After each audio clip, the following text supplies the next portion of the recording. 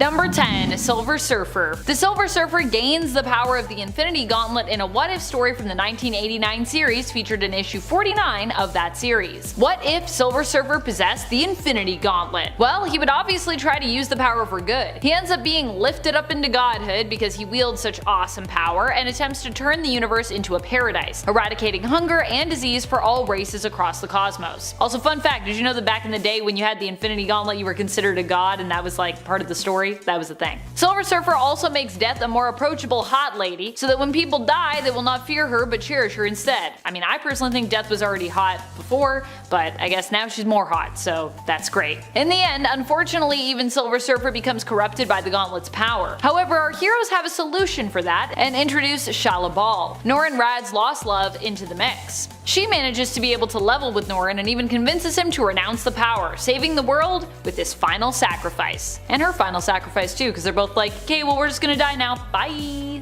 Number 9. Nebula. Nebula is a complicated character. She's not really a full-on villain and she's not really a full-on hero, but I feel like her portrayal by Karen Gillan in Marvel's Guardians of the Galaxy series has helped us to see her more as a villain worth redeeming and moving more into the realm of hero than anything else. And in honor of that, I'm going to count her as such for the purpose of this list. One of the last times I was reading a sort of hero Nebula story was when she teamed up with Thane, Star Fox or Eros if you will, and Trico Slatteris, the champion of the universe, to seemingly defeat Thanos. In reality, Thane was using them for his own means, and when Nebula found this out, she attempted to defeat Thane herself. In the comics, she was one of the characters to get her hands on the Infinity Gauntlet during the events of the Infinity Gauntlet story. She ended up being the really big bad when she took the gauntlet from Thanos and then had to be defeated thereafter. At that time, Nebula was pretty much a villain, so yeah. But like I said, we can kind of consider her a hero, so she was a villain at the time, but she's still a hero. Does that make sense? I'm counting it, whatever. It's my list. I decide who stays. Number 8.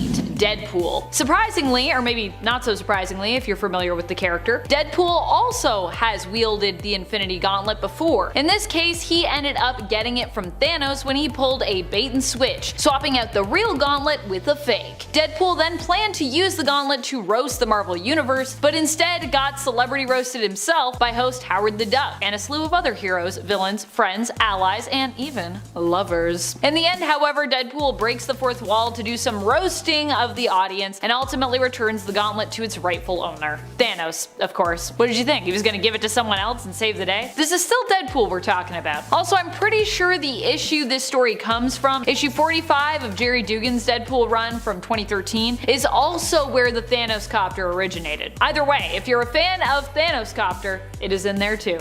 Thanos copter. Thanos is flying around in it. Number 7. Gamora. Gamora ended up using the Infinity Gem's combined power to fold the universe in half, creating Warp World in the comics. Warp World contained only combined Marvel characters who were all composed of two different souls, like Emma Frost and Wolverine, who were combined together to create Diamond Patch, or Weapon Hex, a combination of Laura Kinney aka X-23 and Scarlet Witch. Technically, Gamora didn't use a gauntlet specifically to do this, but she did utilize the power of all the gems, which makes it, I think, close enough for her to rank here. At the time, what she was doing was, well, pretty villainous. But Gamora in general is considered to be a hero, in modern comics especially. Well, when she's not stealing gems and folding the universe in half, of course, which is also from modern comics. To check out this story, you'd want to check out Infinity Wars, so go do that, because Warp World is cool. Number 6. Black Panther. T'Challa was the one to use the Infinity Gauntlet against God Emperor Doom on his own created version of Battleworld. Doom's created version of Battleworld, not T'Challa's, just to be clear. This reality was a patchwork one created by Doom after the inevitable destruction of the Incursions. Doom faced T'Challa and Namor, the former of which also came wielding the Infinity Gauntlet. While initially T'Challa succeeded in defeating Doom, he inevitably regenerated and then destroyed the Infinity Gauntlet in turn. However, while Doom beat Black Panther even with the Infinity Gauntlet, it was then revealed that this had all been a part of a master plan and was intended only to distract Doom, which evidently had pretty much worked. God Emperor Doom was so OP though. RIP God Emperor Doom. Doom's still around though, so I wonder if he remembers that. No, he probably doesn't remember that. I think it all got wiped. He just remembered that he killed his arch nemesis. And he was like, I'm happy now. Also, I'm not scarred. Number 5. Mr. Fantastic. Reed Richards aimed to wield the Infinity Gauntlet, collecting the gems and assembling them all with the intention to destroy them and prevent anyone else from gaining their dangerous level of power. He used his own group of banded together heroes to find the gems and collect them. Unfortunately, his plan did not work, and he had this secret superhero Brainiac group, the Illuminati, instead become the protectors of the gems, which were then split up. Each one of them was given one to hide in the universe so that the gauntlet could never be reassembled and used against them. Of course, this didn't end up being a permanent solution to that problem, because these are the Infinity Gems, and no matter which way you slice it or split these gems up, they're eventually going to be used again by someone in the future to do some kind of good or ill. Usually though, they're used for ill. So yeah. And no matter how hard you try to hide those Infinity Gems, people go and find them.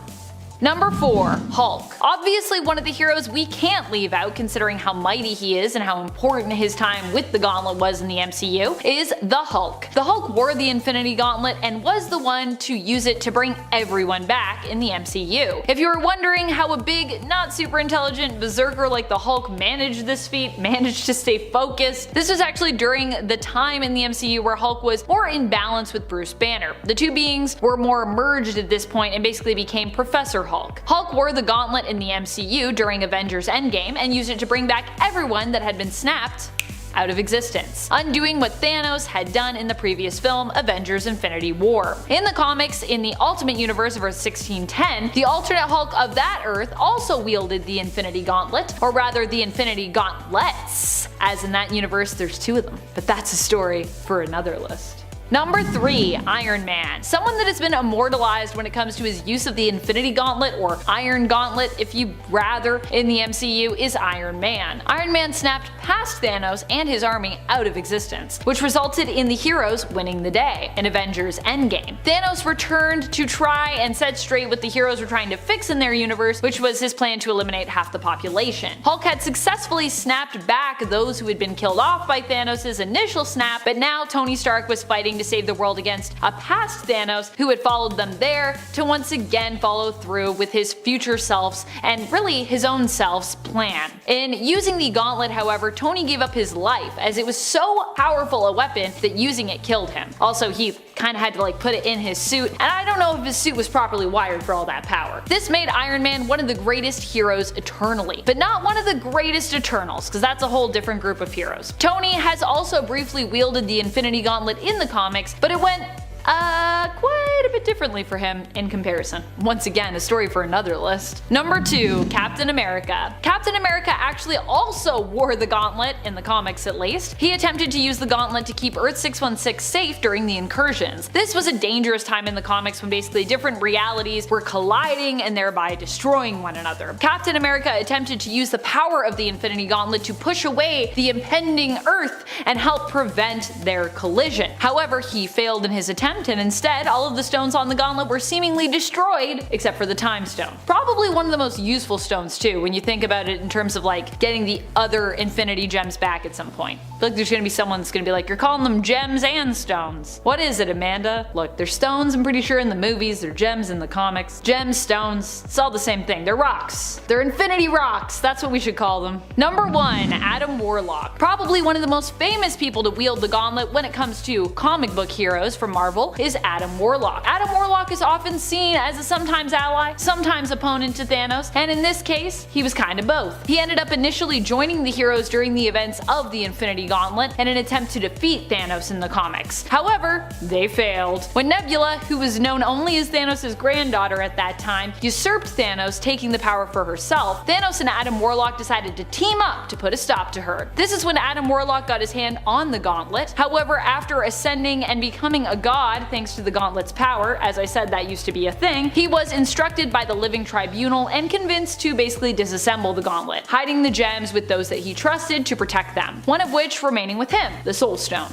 And I'm pretty sure Adam just like held on to that and was like, now I have the power of the Soul Stone. As if he wasn't powerful enough already. Jeez, Adam. You're already so powerful. And it's Midnighter. Midnighter, alongside his future husband Apollo, was part of the top secret Stormwatch team created by the first weatherman, Henry Bendix. Nobody but Bendix himself knew of the team's existence. Bendix built them as superhumans, and when they donned their costumes and spoke their code names, their previous identities ceased to exist. Midnighter has the power to predict how a situation will happen before it starts. This allows him to run through a given situation millions of times in his mind, instantly covering every possible result before his first move is even made. He uses this information to predict the actions and or reactions of others, counteracting their moves almost before they even think to make them, effectively making Midnighter the greatest tactician in the history of mankind. Basically the good guy version of the Thinker. That's pretty cool. He could be Batman just because he knew every single way it would happen. And at 9, the Atomic Knight. The Atomic Knights appeared in every third issue of Strange Adventures in the early 1960s, beginning with number 117 and running through number 160. In all, there were 15 early 1960s Atomic Knight stories created by writer John Broome and artist Murphy Anderson. They were a band of heroes living in and protecting the post-apocalyptic future of 1992.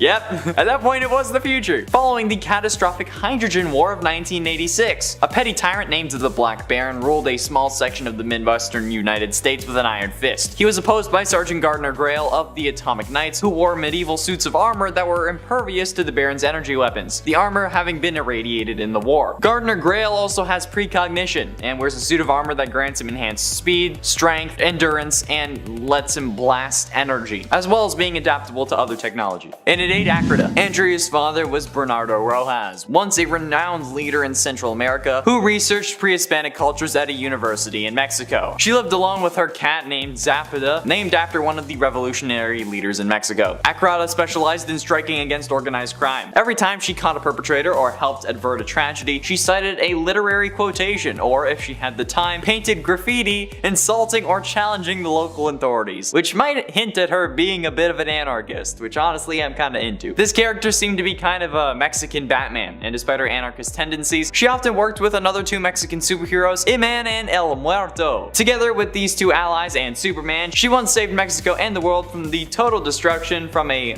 bad guy group trying to channel the powers inherent to the ley lines of Earth to accomplish their goals. So good on ya, Andrea.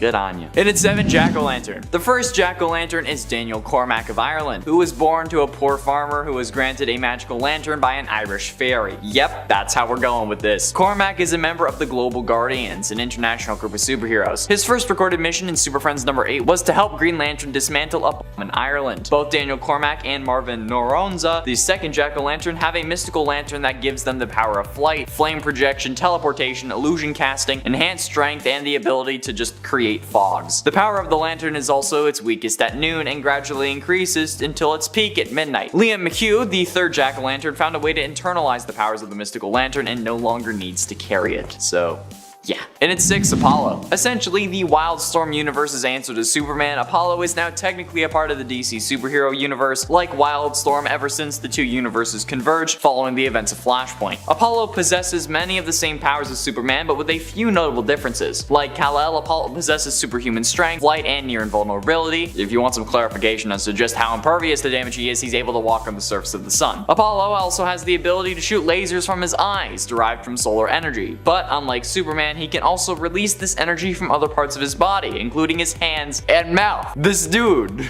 can fire lasers from his mouth. He uses hyper beam in real life. His only real weakness is that he relies on the sun for his powers, so if he doesn't get enough exposure, his powers will diminish, but hey, at least Apollo isn't vulnerable to kryptonite. Halfway through into number 5, Swamp Thing. In a secret facility located in the Louisiana swamplands, scientist Alec Holland and his wife Linda invented a bio-restorative formula that would solve any nation's food shortage problems. Ferret and Bruno, thugs working for Nathan Ellery, barged into Alec's lab, knocked him out, and planted a bomb in the facility. Alec woke up just as the bomb exploded, and in the flames he ran into the swamp. His body had been drenched in the bio-restorative formula, and this affected the plant life of the swamp, imbuing it with Alec's consciousness and memories. The newly conscious plant life then formed a semblance of a human form and rose up from the bog as the Swamp Thing, the latest in a long line of Earth elementals created when the Green was in need of protection. His body is composed of sentient sentient vegetable matter. He has the ability to nourish himself, superhuman strength, elemental control, chlorokinesis, astral projection, biofission, immortality, regeneration, size alteration, resurrection, you name it, and Swampy can do it. Swampy, away!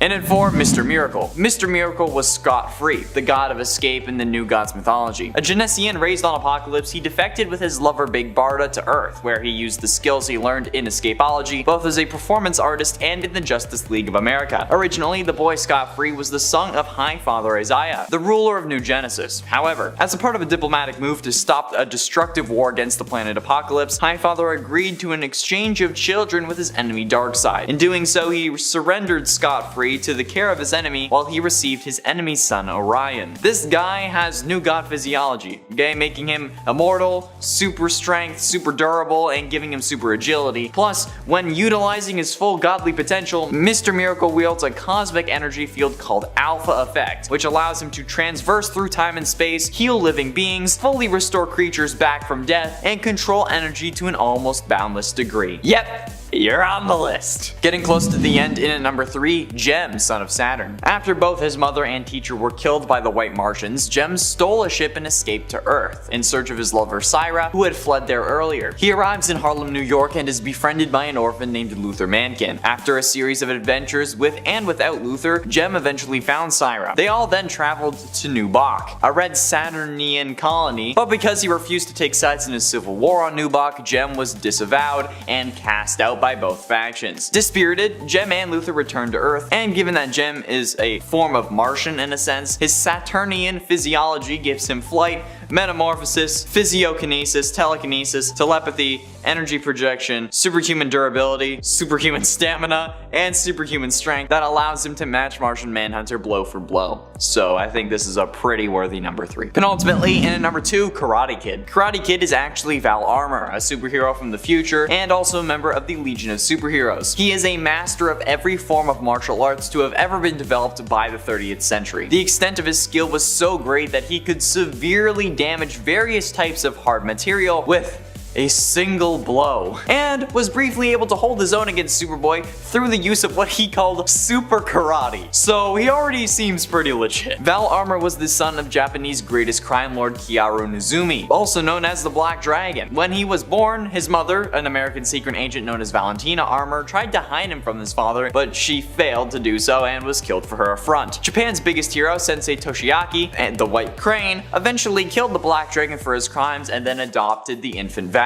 He raised Val as if he were his own son and trained him in all manner of martial arts. Val became the youngest warrior ever to earn the title of samurai, and he went on to work for his local shogun. However, after trying his best and failing to please his supervisor, he quit and searched the galaxy for new forms of battle to master. That just goes to show you, people, appreciate your employees, otherwise they're gonna quit and go search the galaxy for new forms of martial arts, okay? And finally, in at number 1, Blue Beetle. Jamie Reyes was a relatively normal high school student from El Paso, Texas. His father ran a garage and his mother was a paramedic, and he had a little sister who was a total brat. Jamie hung out with his 2 best friends, Brenda and Paco, and he acted as like the mediator between the hardworking Brenda and the laid-back Paco. By both Brenda and Paco's accounts, he was a good friend, the kind of person who could just let them be themselves and would always make things better. Jamie aimed to help his father out in the garage, but Alberto turned him down, not wanting to see his son grow up too fast. Ted Cord, the second Blue Beetle, had come into possession of the Blue Beetle Scarab, the artifact which had given Dan Garrett, the first Blue Beetle, his powers. The Scarab had been presumed destroyed early in Ted's superhero career, but it was discovered intact in a pyramid in the Middle East. This is where Jamie gets his powers as well. What are those powers, you ask? The Scarab can and will use its powers of its own accord. Jamie, however, can override the Scarab if need be, and should Jeremy fall prey to mind-altering power, the Scarab will take control of the armor. So it will act on its own, and basically he's not mind control anymore because it's just the Scarab doing it, not actually him. Coming in at number 10, we have Kamala Khan, aka the latest and greatest Ms. Marvel. Originally just an Avengers fangirl growing up with her parents in Jersey City, Kamala Khan's life was changed forever when the Terrigen Mists incident took place and activated her hidden inhuman powers. Kamala was amazed to discover she was actually a polymorph and was capable of completely altering the size of her body. Inspired by her lifelong hero, Carol Danvers, aka Captain Marvel, Kamala Khan became the next generation's Ms. Marvel, using her powers as a member of the Young Avengers and becoming the type of hero she'd always dreamed of becoming. Coming in at number 9, we have the iconic vampire killer known as Blade. Born as a human-vampire hybrid named Eric Brooks, Blade has all of the powers of a Marvel Universe vampire with nearly none of the negative side effects. He possesses superhuman strength and speed, with all of his senses heightened to make him a perfect predator, while being immune to damage from sunlight, silver, or holy artifacts that would instantly turn a regular vampire powerless. While he does still need the nutrients from fresh human blood to prevent himself from losing control of his hunger, Blade often uses a special serum as opposed to actually draining the blood of any humans. With so many strengths and so little weaknesses, Blade is definitely a blood-sucking force to be reckoned with. Coming in at number 8, we have the crazed character known as Gwenpool. One of the weirder characters from throughout the Marvel multiverse, Gwendolyn Poole is originally from an alternate reality that just might be our own before somehow getting sucked into the Marvel 616 universe through a comic book, granting her even more fourth wall breaking powers than even her namesake of Deadpool. With the ability to manipulate all aspects of her comic book world, such as physically interacting with lettering and caption boxes, Gwenpool is capable of literally rewriting reality to get the upper hand on her opponents, making her powers some of the most unusual throughout all of Marvel history, but still counting as some of the most powerful to ever come from a teen hero. Coming in at number 7, we have Vulcan, the secret third brother of Scott and Alex Summers, also known as Gabriel Summers. Born on the Shi'ar throne world following his parents' abduction by the Shi'ar Empire, Gabriel was aged rapidly in an incubation accelerator and discovered he was an Omega-level mutant far above his brother's power back on Earth, giving him the unique ability to control the elements of water, wind, earth, fire, electricity, light, and darkness, using these incredible powers to take over the Shi'ar Empire and become their new emperor. And while this position of power would occasionally bring him into conflict with the X-Men, he still could generally be counted upon to fight for the side of good with his incredibly impressive power set. Coming in at number 6, we have the upcoming Disney Plus star, Moon Knight. A street-level Marvel hero with powers that go far beyond the usual street, Mark Spector is a vessel for an Egyptian god known as Khonshu. Able to embrace the 4 different aspects of this deity as 4 distinct personalities within his own head, Moon Knight is strongest under the light of a full moon, giving him physical strength far beyond that of a normal man and a pain tolerance that is nearly limitless. On top of his supernatural abilities, Mark is also an expert in both weaponry and hand-to-hand combat, combining them with his moon-based powers into a deadly combination that makes him one of the ultimate crime fighters and mercenaries in the entire Marvel world. Coming in at number 5, we have Ben Grimm, aka The Thing. One of the original members of the Fantastic Four, Ben Grimm found his entire body converted into an orange rock-like substance after being bombarded with cosmic rays alongside the rest of the Fantastic Four during their initial fated journey into space. Because of this transformation, Ben has become the physically strongest member of the team by far, and appears to be continuing to get stronger with age, capable of lifting 30,000 tons worth of a building to prevent it from collapsing, and even being able to push back entire alien motherships. He might often get overlooked compared to some of the other brawny Marvel heroes like Thor and the Hulk, but the Thing is definitely a strong contender whenever it counts. Coming in at number 4, we have the Sorcerer Supreme, aka Dr. Stephen Strange. Doctor Strange is Earth's primary defender against mystical threats in the Marvel Universe, and always seems to have some sort of spell available to solve whatever problem is currently facing Earth's mightiest heroes. As a master of the mystic arts, Strange has also entirely stopped aging, and is effectively immortal, being unable to die from any medical diseases or regular symptoms of old age. And when Strange recently did die in the Marvel comic called The Death of Dr. Doctor Strange, he had already concocted a way for a younger version of himself from the timeline to take his place and defend Earth against any extra-dimensional forces that might seek to take advantage of his own death. There's planning ahead, and then there's Dr. Stephen Strange taking it to a whole different level. Coming in at number 3, we have Bobby Drake, aka Iceman. As one of the earlier members of the Uncanny X-Men, Bobby has had a lot of time over the years to explore his powers, and contrary to appearances, he can do far more than just convert his body into ice. Classified as an Omega-level mutant, the most powerful kind there is, Iceman is capable of not only controlling the temperature of all of his own molecules, but is able to manipulate water molecules entirely as part of his own mass. This means the possibilities for Bobby's powers are as intense and malleable as water itself, allowing him to freeze the blood within enemies' veins, travel instantly through a stream of water, or even turn himself into a massive, snow-covered giant capable of wading his way across the literal ocean. Totally not showing off there, Bobby.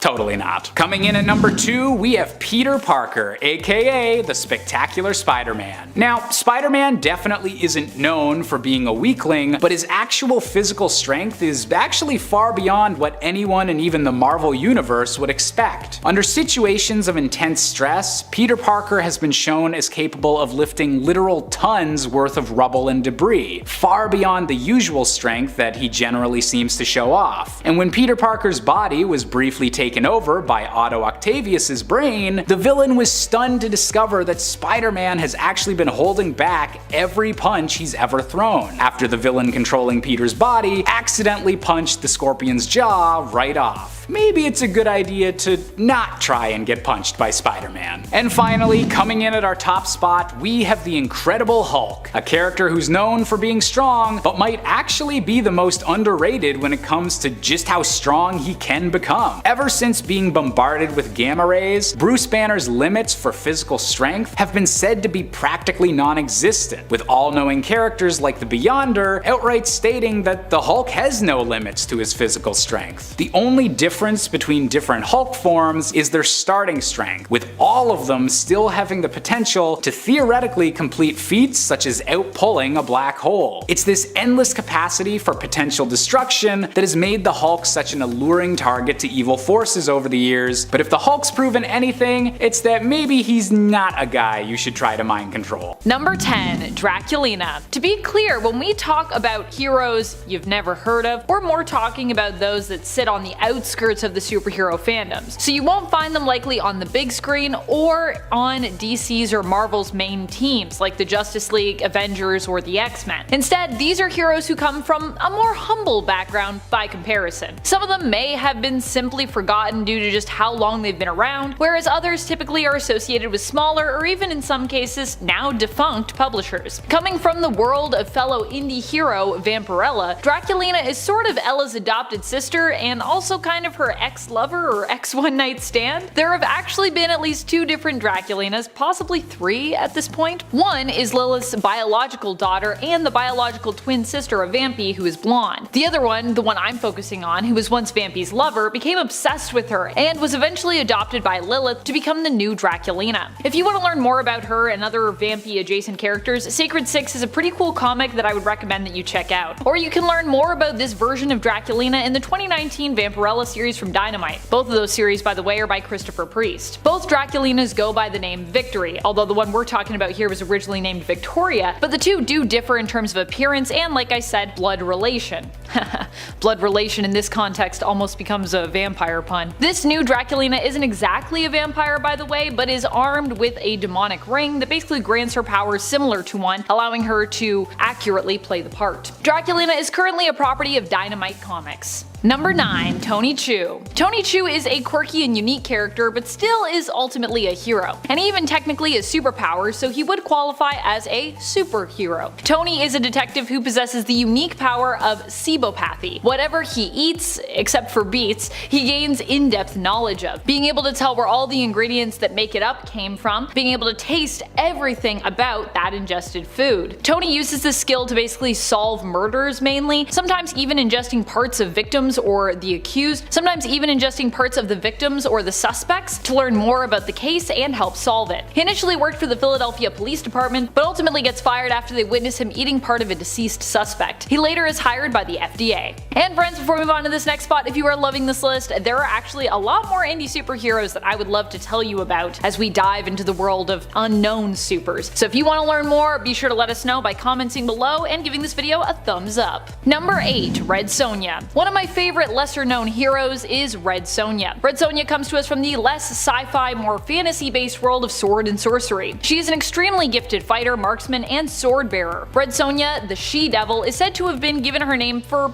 well, many different reasons. One such story as to how she got her name is that she left to seek out adventure and her fortune and became a mercenary, earning the name Red because of all the blood that she spilled. Red Sonja, while not a traditional hero, pretty much always stands up to those who are cruel and corrupt, often fighting for those who are oppressed, even against her better judgment. She has even fought death before in combat and won, allowing her to live on when she was on the brink of death. Red Sonja was once a character from the Marvel Comics wheelhouse, but currently calls Dynamite Comics her home. Number 7. Vampirella, but you can call her Vampy. Vampirella isn't a conventional hero by any means, but she definitely tries to do what's best by folks while still being a vampire from outer space, and at the same time with ties to Lilith and Hell. Overall, she's both complicated and also kinda super simple, and it's that weird blend of those two very different elements that I love about her. Vampy, being an intergalactic vampire, is super strong, fast, can fly because she actually has wings, and also has been shown to have access to advanced technology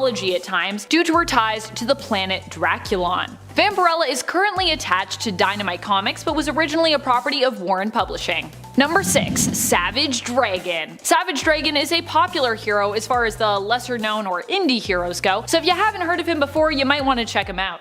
Initially, his origins were a mystery. All we knew was that he was a humanoid, green-skinned, dragon-like character who decided to fight as a police officer and hero, fighting against the criminal and mutant super freaks of Chicago. That's also in part because Savage Dragon initially had really bad amnesia in the comics, so he didn't actually even remember his own origin story at the time. Savage Dragon hails from Image Comics and was originally introduced as simply Dragon before being known under the mantle of Savage Dragon. His powers include super strength and super healing. Number 5. Witchblade. Witchblade is a hero who comes from Top Cow Productions. Mainly we've known Witchblade as Sarah Pizzini, but the Witchblade has belonged to many other powerful women throughout the years. The Witchblade is an ancient mystical artifact that typically binds itself to a host who can then wield and use its powers at will. It can be more or less powerful depending on the host, but in this case, since Sarah is one of the most well-known hosts of the Witchblade, we're gonna basically base the ranking on her abilities. The Witchblade can be used to summon mystical armor, which can cover the entirety of its host's body, though typically most are not skilled enough to actually summon that much armor, and instead are usually only covered in little pieces of armor as a result. Hence why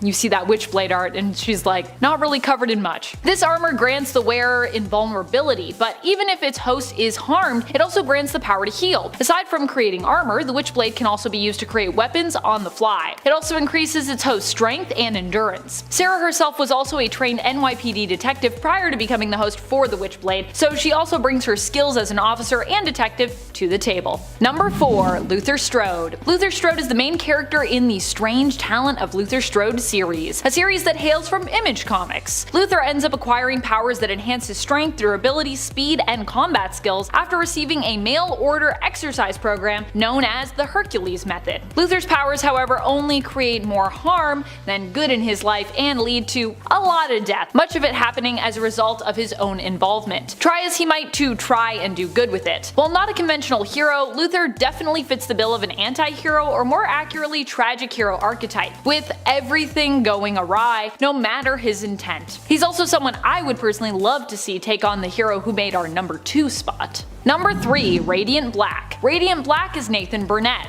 or was Nathan Burnett. Nathan to start, anyways. Going to try not to spoil this series because it's one that I think we should all be reading, so I'm just gonna leave it at Nathan for now. Radiant Black is the first hero we meet in this series. In issue number 1, Nathan ends up getting the powers of the Black Radiant, which basically means he has the powers of a black hole. Radiant Black can manipulate gravity and also becomes super dense with this power set. The downside for this hero is being new means that he's pretty inexperienced in the comics thus far. However, gravity manipulation as a power set is insane, which is how he ranks so high up on this list despite his inexperience. Radiant Black hails from Image Comics, and like I said, if you have not checked out this series and gotten to know the Radiants yet, well, you definitely need to change that, and you need to do so. It's like Power Rangers, but possibly cooler, and I say that having much respect and much love for Power Rangers. So that's not a snub at all, it's just like, it's really good. Number 2, Bulletproof. You know Invincible, but do you know Bulletproof?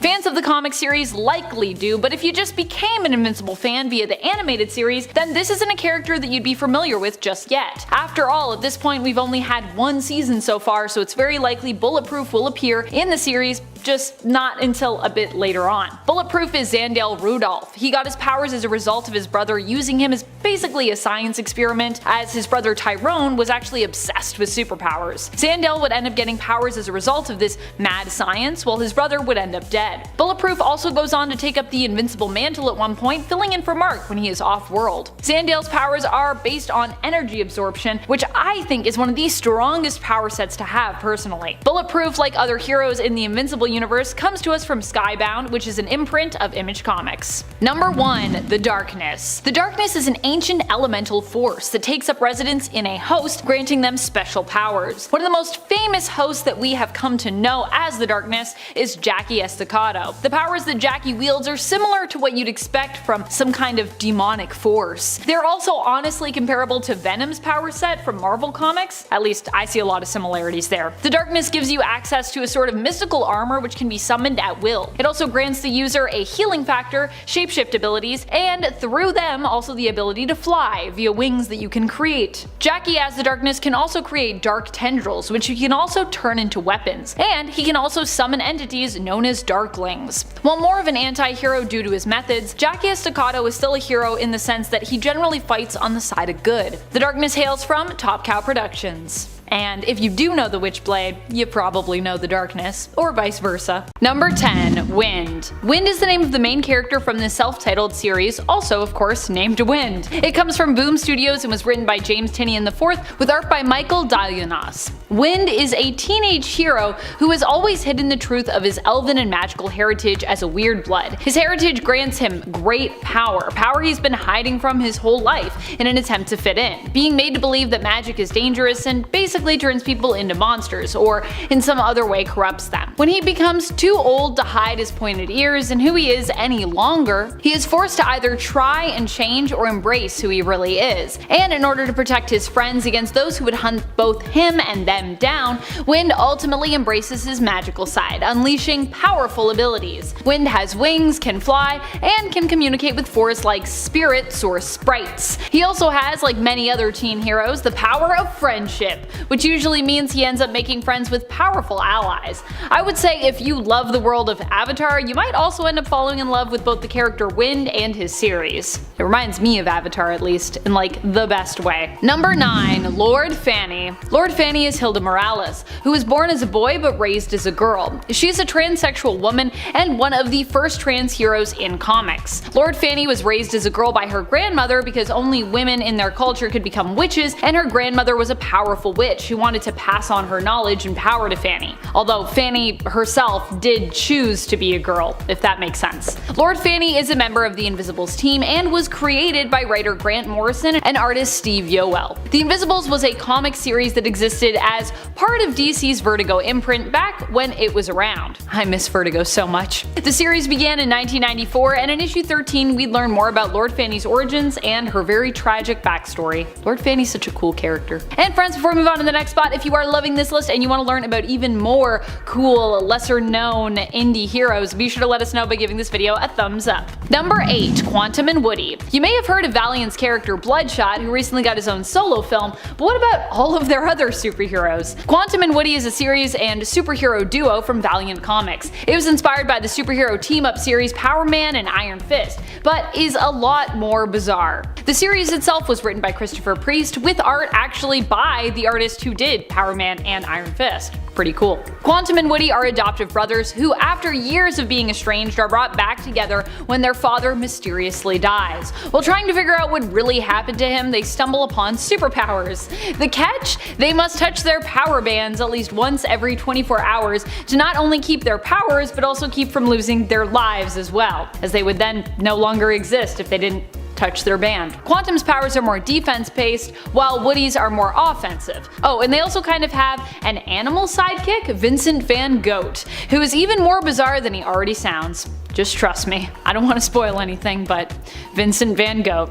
What a goat. Number 7. Josephine. More commonly referred to as Jo, Josephine is the main character and hero of the Fatale series. More commonly referred to as Jo, Josephine is the main character and hero of the Fatale series, which comes to us from Image Comics. Fatale is a supernatural noir-style comic created by the brilliant team-up of writer Ed Brubaker and artist Sean Phillips. Seriously, I love these two together. Some might argue that Jo isn't really a hero as she's a little bit selfish, but in focusing on uncovering the mysteries of her own power and in trying to save herself, she does inevitably save others. In the long run, at least. There are a lot of people that end up being sacrificed along the way in order for Jo to stand a chance in defeating her enemies in the end. And also there are just straight up people being sacrificed along the way by her enemies who are attempting to track her down. So yeah, she kinda also gets a lot of people killed, but you know, it's not her fault. Jo's powers allow her to control all men who gaze upon her, with them being irresistibly attracted to her no matter who they are and no matter if she wants to influence them or not. Unless of course they are able to protect themselves against her influence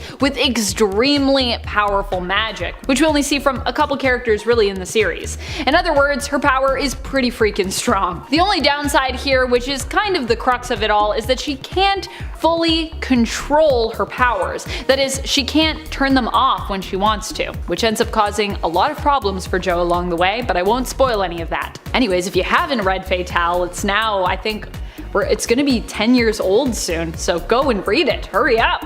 Came out I think in 2012. That's when it started. Number 6. King Mob. King Mob is the leader of the Invisibles. He was once a horror writer who wrote under the pen name Kit Morrison. As the series The Invisibles is created by Grant Morrison, Mob is believed to be sort of a fictional stand-in for Morrison himself. King Mob's legal name was Gideon Starozowski, and he struggles with his alter persona, especially troubled by how violent he, as King Mob, can be. King Mob is not only a leader who wields power in that sense, because he's a leader, but also has experience with firearms and weapons, is a skilled martial artist and fighter, is psychic, can time travel, and employs the use of chaos magic. So, lots of cool things that he can do. Also, if you haven't read The Invisibles, it is really trippy. Go read it. If you like The Matrix, you'll probably like The Invisibles. If you like The Matrix and if you like Doom Patrol, which of course is also Grant Morrison. Not The Matrix, Doom Patrol. Number 5. Laura Wilson / Persephone. Laura Wilson is the main character of the Wicked and the Divine series from Image Comics. The series was created by writer Kieran Gillen and artist Jamie McKelvey. In this story, gods come to life cyclically, being kinda reincarnated.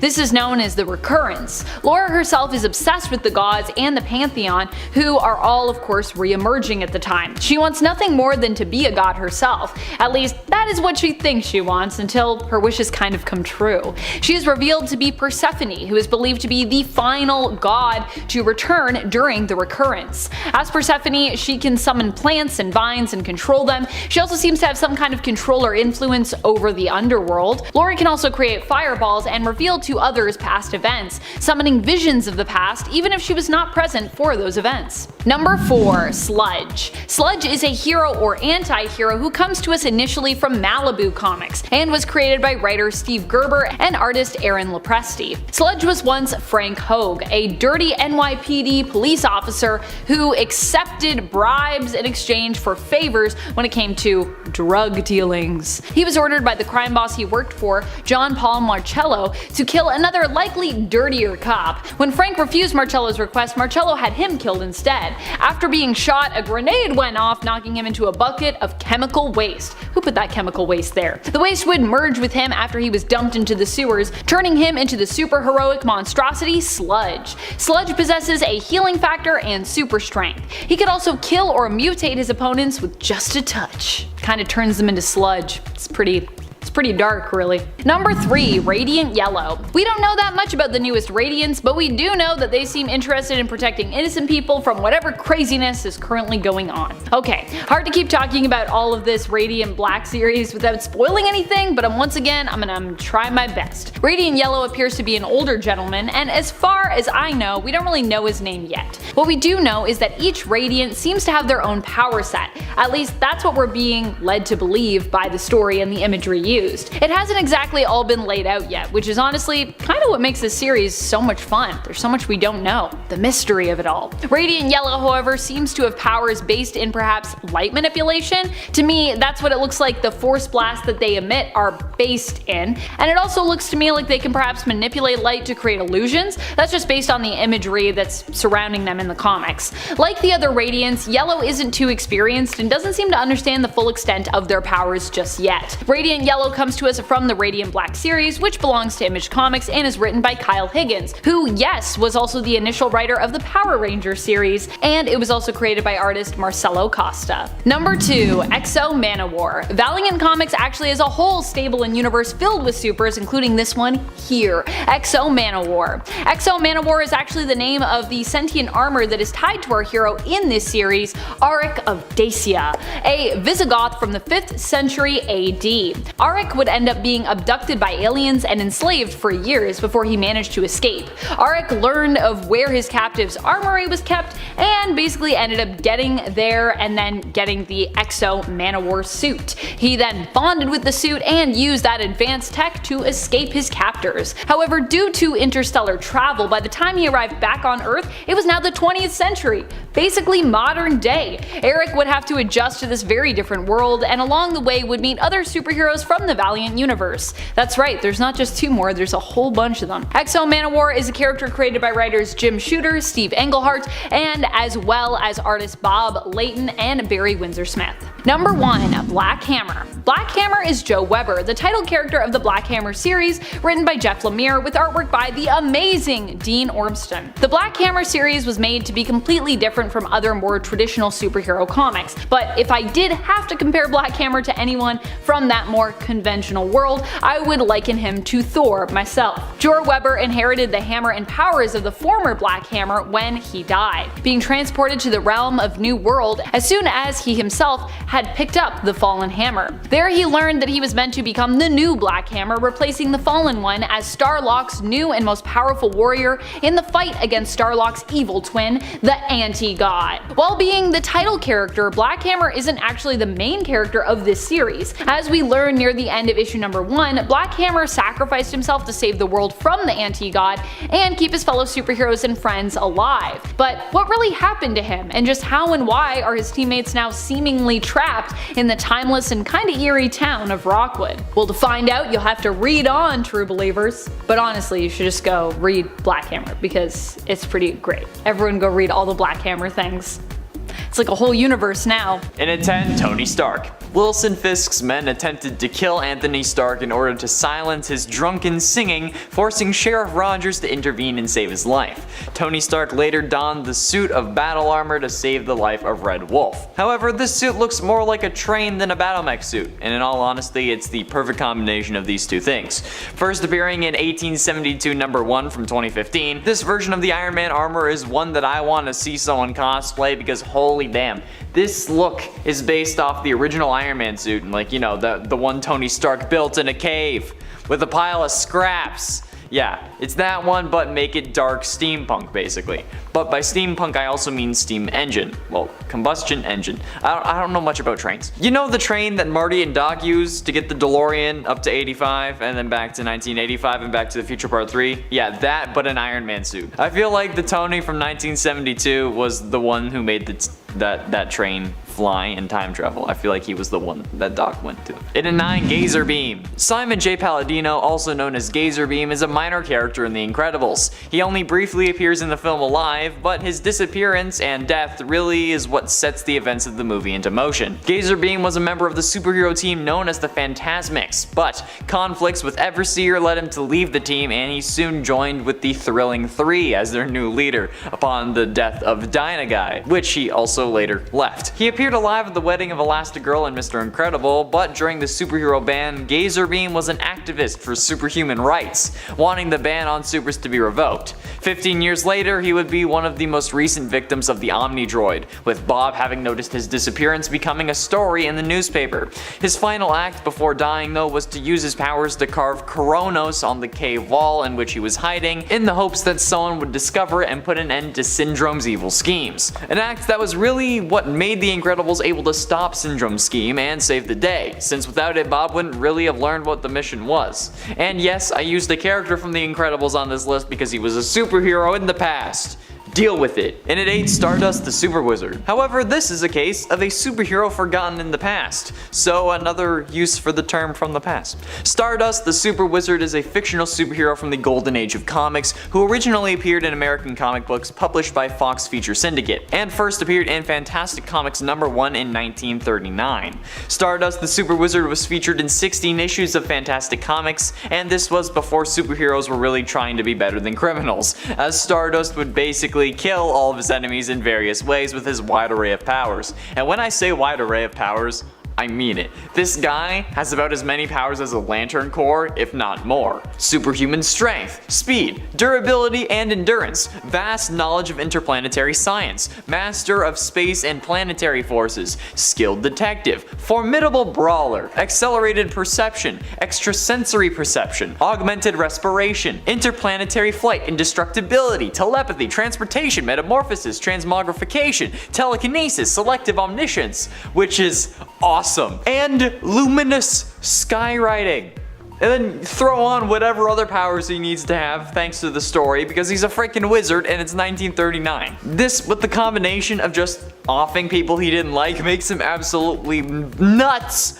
But I love it. And at 7, Dark Knights of Steel. Coming in November of this year, Dark Knights of Steel will basically be DC meets Game of Thrones. The series is written by Tom Taylor and takes place in a medieval fantasy world, where a spaceship crash lands from a doomed planet. So not only will the Dark Knight be here, but so will Superman and Wonder Woman, along with Harley Quinn, Black Lightning, and more. Tom Taylor told Entertainment Weekly, quote, "I've spent the last 2 years creating a new epic fantasy universe for DC Comics, and Dark Knights of Steel is an absolute dream come true. Despite being the writer of the DC horror series Deceased, I am actually a huge fantasy fan, combining two of my favorite things, DC superheroes and high fantasy. It's my absolute happy place, and honestly, I couldn't agree more. I love medieval stuff. It's why I love Skyrim and Game of Thrones, and why my name is the Cheese King. I love fantasy stories, and I can't wait to sink my teeth into this one, especially when in the preview we got for this series, we can see what is in essence a character sheet base, or like character stats for Superman. So if they include one of these with every issue, you can have a real DC based fantasy Dungeons and Dragons game with like official stats. And that sounds f***ing awesome. Who do you hope shows up in this series? I'm hoping to see the Flash, but like medieval, but like, hey, you let me know your thoughts down below. And at 6, Argon Bat.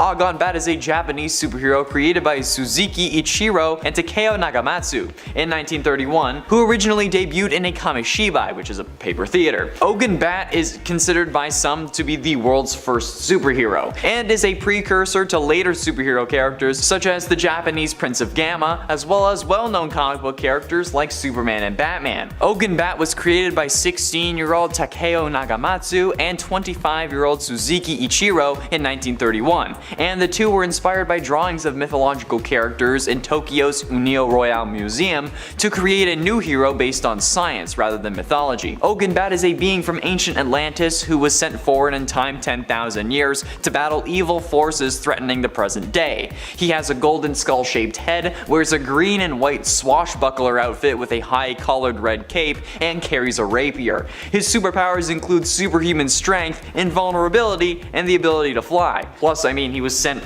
10,000 years in the future, so if that's not the past, then I don't know what is. Halfway through into number 5, Danny Phantom. Young Danny Fenton, he was just 14 when his parents built a very strange machine. It was designed to view a world unseen. that realm being the ghost dimension aptly named the Ghost Zone. When it didn't quite work, his folks, they just quit. Then Danny took a look inside of it. There was a great big flash and everything just changed. His molecules got all rearranged. And then this 14-year-old kid gained the ability to transform into a human or into a ghost. Danny Phantom is one of my all-time favorite cartoons, and it helped to shape me into who I am today. So of course I'm going to include it as a superhero from the past, because he's from my past, okay?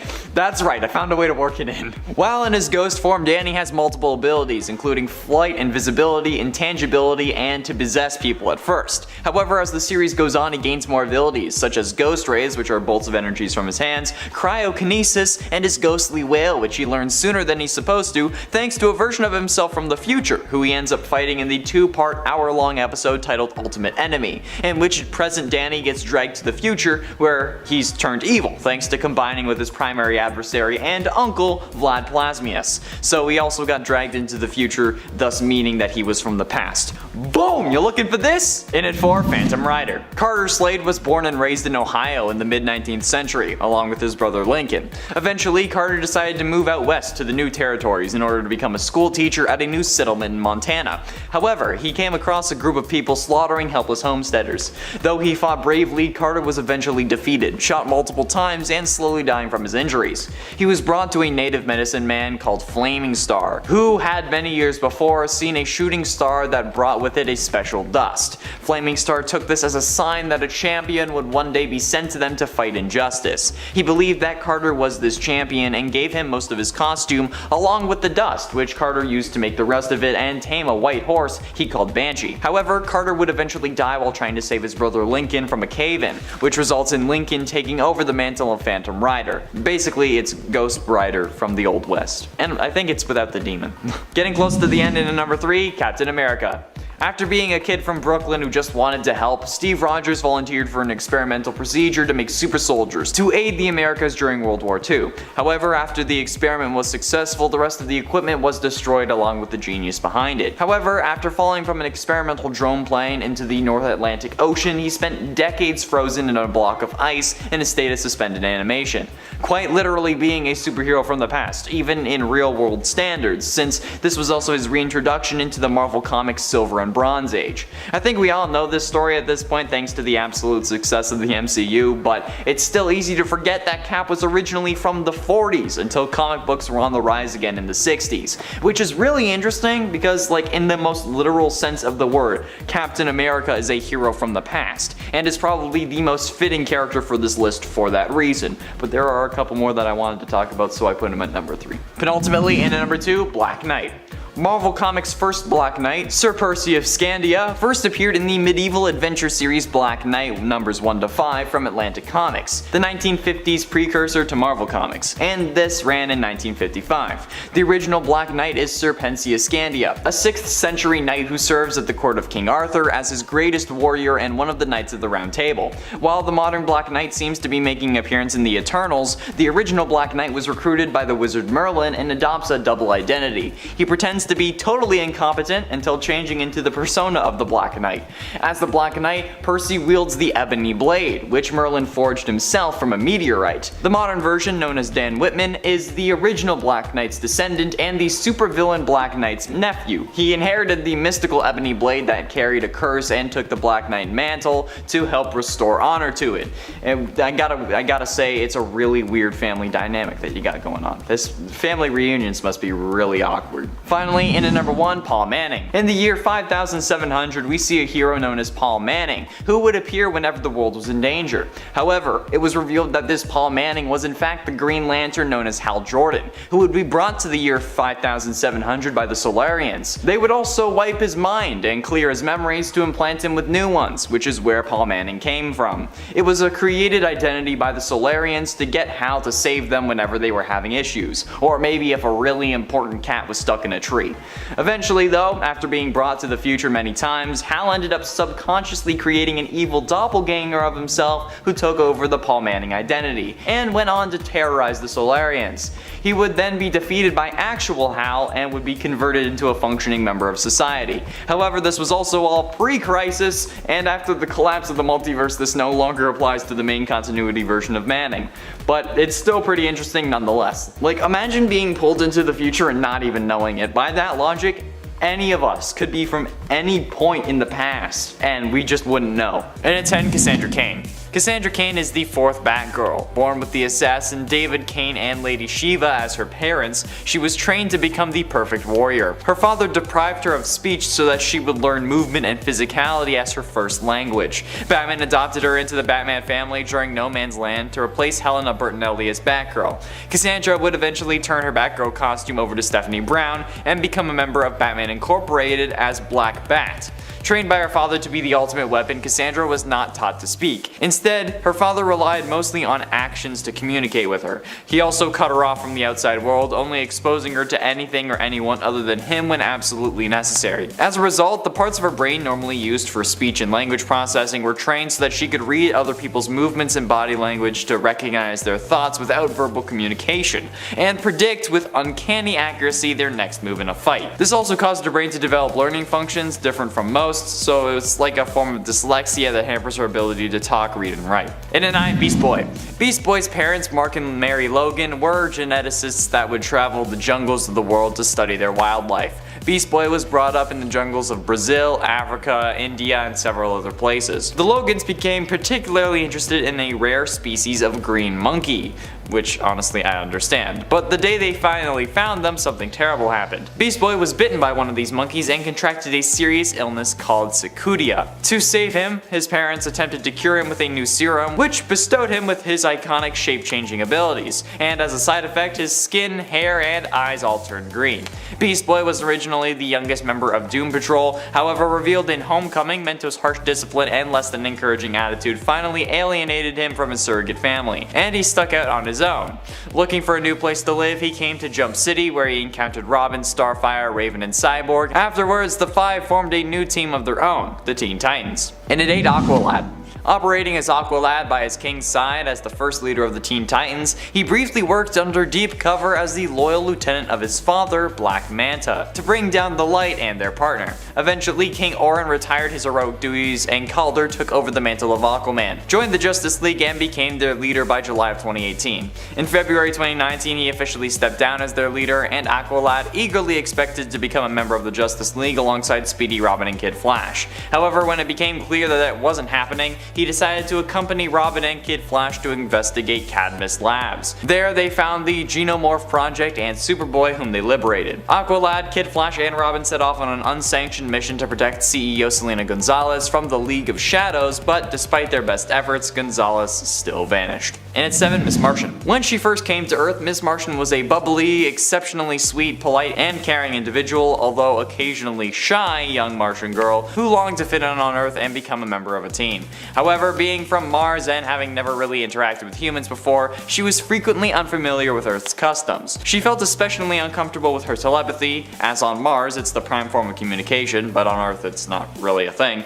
But she was also quite inexperienced, but eager to please. By 2016, she had become considerably more serious, but still retained her caring side. She's become more experienced and adept at using her powers, and isn't afraid to use extreme measures to exact information. As a shapeshifter, she can model her appearance to her desire, which is usually that of a green-skinned female humanoid based on Mary Logan as a teenager, with amber eyes and shoulder-length red hair. Though after 5 years she now keeps her hair shorter at length, but it still grows longer over the months, which she must be doing consciously, because she's a shapeshifter. It's because the hair won't naturally grow if you're just pretending it exists. So she has to be consciously slowly growing her hair, which is interesting to me. And at 6, Tara Markov. Also known as Tara, had manifested the ability to manipulate Earth. She can levitate Earth, manipulate its shape and configuration, like raising the floor to make a shield, or alter its state, like turn hard Earth into a substance similar to quicksand. So basically she's the DC version of an Earthbender. Tara was a child when her powers emerged. Markov's parents freaked out though and thought that she was possessed by evil. vehicle. She was abandoned and forced to live in the streets eating out of dumpsters. So Deathstroke was contracted by Brother Blood, leader of Hive and the Church of Blood. He eventually wanted Deathstroke to capture all of the Teen Titans for him.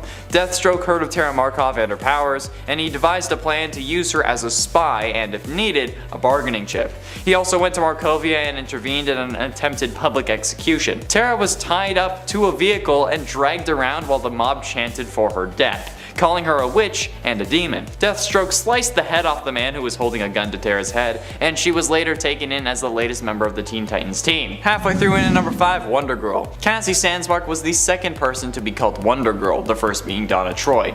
Cassie was the daughter of Dr. Helena Sandsmark and the Greek god Zeus. She spent most of her time at her mother's place of work, the Gateway City Museum of Antiquities, where she had a penchant for getting into trouble. She quickly befriended her mother's new employee, though, Wonder Woman, and was eager to help her. During a fight with a Doomsday clone and another battle with Decay, she created a costume and used magical acquirements, the Sandals of Hermes and the Gauntlet of Atlas to be exact, to help Wonder Woman, much to her mother's horror. Cassie later had the opportunity to ask Zeus for a boon and requested real superpowers. Zeus granted her request but gave Dr. Sandsmark the ability to deactivate them. Dr. Sandsmark, however, reluctantly accepted her daughter's wish to be a superhero and rarely, if ever, used this ability, and Artemis was assigned to be her teacher. Zeus giving her mom the ability to turn off those powers, though, is actually probably the most sensible thing someone has ever done in the DC universe, straight up. Like, good on you, Zeus, bro. This is like the most sensible version of Zeus I think I've seen, at least in this instance. And in 4, Damian Wayne. Sometime after Batman became a public hero, he fought Ra's al Ghul and the League of Assassins. During his adventure, he met Raz's daughter, Talia al Ghul. The two young adults fell for each other and, after a brief fling, they conceived a child. Bruce was unaware of the child's conception though and returned to crime fighting for years. Talia, on the other hand, taking advantage of the hero's impressive genes, believed their child to be the perfect heir, and the child was born and given the name Damian. Talia then used the League's extensive scientific resources to inorganically speed up the child's aging, giving him the physiology of a 10-year-old in less than 5 years, which was also used as a plot device to make sense as to why he would be meeting his father. Eventually though, when Talia deemed that Damian was ready, she allowed him to go to Gotham and meet his father, the Batman. Batman was surprised to learn that he had a secret son with a supervillain, but sought to learn more about the boy anyway. Despite his intense training to become a remorseless assassin, Damian was sympathetic to his father's vigilanteism in Gotham and volunteered to become his next sidekick. Batman agreed and granted Damian the mantle of Robin, his 4th ward to use the name, which should already kind of indicate the path of this thing kind of takes there, Damian, so maybe not serve yourself up as a human sacrifice for character building purposes next time. Getting close to the end, at number 3, Kid Flash. Bartholomew Bart Allen is a speedster from the year 2056 and the grandson of Barry Allen. When he came to the past, he joined the team under the name Impulse, and after Wally West's death, he took on the mantle of Kid Flash. He later joined the Outsiders. But given the dire situation that his time is in, Bart is serious and slightly jaded, who was greatly appreciative of his extended family in the past. Whether accidental or intentional, Bart constantly spoils information for people about the future, such as revealing Robin and Nightwing's identities to Beast Boy, and that Iris West Allen was carrying twins. This was also adapted into the CW show The Flash, where Bart and Nora are actually Barry's kids instead of grandkids, and they take on the name of the Tornado Twins over Dawn and Dawn, since they don't exist. I guess Flash writers thought that was a little too much. Penultimately, in at number 2, Raven. Raven, also known as Rachel Roth, is a superhero with magical abilities and a prominent member of the Teen Titans. Raven is a tele-empathetic, and she can teleport, send out her soul self, which can fight, like physically, manifest as a force field, manipulate objects and others as like with telekinesis, and it can also act as Raven's eyes and ears away from her body. Raven was born the half-breed daughter of a human mother named Angela Roth and the demon overlord Emperor Trigon. Eventually, she learned that Trigon was planning to come to her dimension and vowed to stop him. She initially approached the Justice League, which they refused on the advice of Zatanna, who sensed her demonic parentage. In desperation, she reformed the Titans as the new Teen Titans to fight against her father. The team was eventually able to defeat Trigon and seal him in an interdimensional prison. However, Raven still had to fight her father's influence because he wasn't actually completely destroyed, so she was still part demon. Yeah. And finally, in at number 1, Superboy. Superboy, aka Con-El or Connor Kent, yeah, you know why I mentioned that, was a genomorph, a binary clone of Superman and Lex Luthor, and a founding member of the Young Justice team. On February 25th, 2019, Superboy had revealed himself to the world and left the team in order to become a member of the Outsiders. After he became engaged to Miss Martian, the couple traveled to Mars to prepare for their upcoming wedding, but he historically sacrificed himself to protect the Martians from a gene bomb. Before this though, Aqualad, Robin, and Kid Flash discovered the Genomorph Project and Superboy, whom they liberated. The 4 youths stood up to their mentors and declared that they were ready to prove themselves as heroes. While Batman considered their argument, Kid Flash and Superboy stayed with him. Together they faced the Terror Twins at the Central City Mall, and they formed a covert ops team where they were given their own headquarters in Mount Justice. And they were introduced to Miss Martian, which would ultimately lead to Superboy's death, so sorry bro. Coming in at number 10, we've got Genie. We'll start with one that seems to cause some continuity clashes, but it's plenty entertaining anyway. Throughout the 2099 universe, we meet descendants and followers of heroes that made Marvel so famous. Great-grandchildren of classic heroes are all about, and oftentimes the original supers have died, disappeared, or become decrepit to fight crime. New folks come around to replace the old folks. It's the way of the world. However, in many Marvel stories, Doctor Strange manages to outlive all sorts of folks thanks to his magical abilities. This is not the case in 2099 though, as he's nowhere to be found. In his place is another person who goes by the name Strange, and this time it's a woman. Also known as Genie or possibly Sorceress Supreme, this magical mistress realized she had magical abilities and worked to perfect them on her own. Idolizing her older brother, she followed him one day and witnessed him being attacked by Skrulls. Attempting to scare them away, she tried to conjure an illusion of a Lovecraftian monster and ended up actually summoning an eldritch monstrosity. This didn't end up well for anyone, as she ended up accidentally killing her brother. Whoops. From there on, she underwent more training and started helping other heroes in various capacities. With all sorts of powers fueled by the mystic arts, she can do a whole lot of wicked things. From healing injuries to teleportation to casting sleep spells, she's got it all under control. Plus, she is immune to timeline distortions, which proves to be helpful quite often. So don't mess with Mademoiselle Strange. Coming in at number 9, Deadpool. Wade Wilson who? Well, actually it seems that Wade is indeed still around, but in 2099 his daughter Warda has taken up the mantle, and she seems to enjoy torturing him, which is interesting. Add in a mother who was once queen of the undead and you've got one hell of a mix of powers. She has Wade's regenerative powers as well as some possible vampirism from her mother's side. Absolutely wild. To make her potentially even more effective, she doesn't seem to share her father's sense of humor. Less goofing around, less cracking wise, and more violence. The weapon proficiency is still there too. Nice. Warda spends most of her time attempting to figure out where her mother is and eventually finds her true family, so good for her. Coming in at number 8, Moon Knight. Let's go, Moon Knight. In 2099, they're actually on the moon, and she's no longer Mark Spector, but an unknown individual with a totally secret identity. How cool is that? Wielding a bevy of powerful gadgets and weapons, Moon Knight acts as the server of vigilante justice on the moon-based city of Adelan. Stalking the night, or whatever version of night is on the moon, she keeps the many Inhumans who call that place home as safe as she can.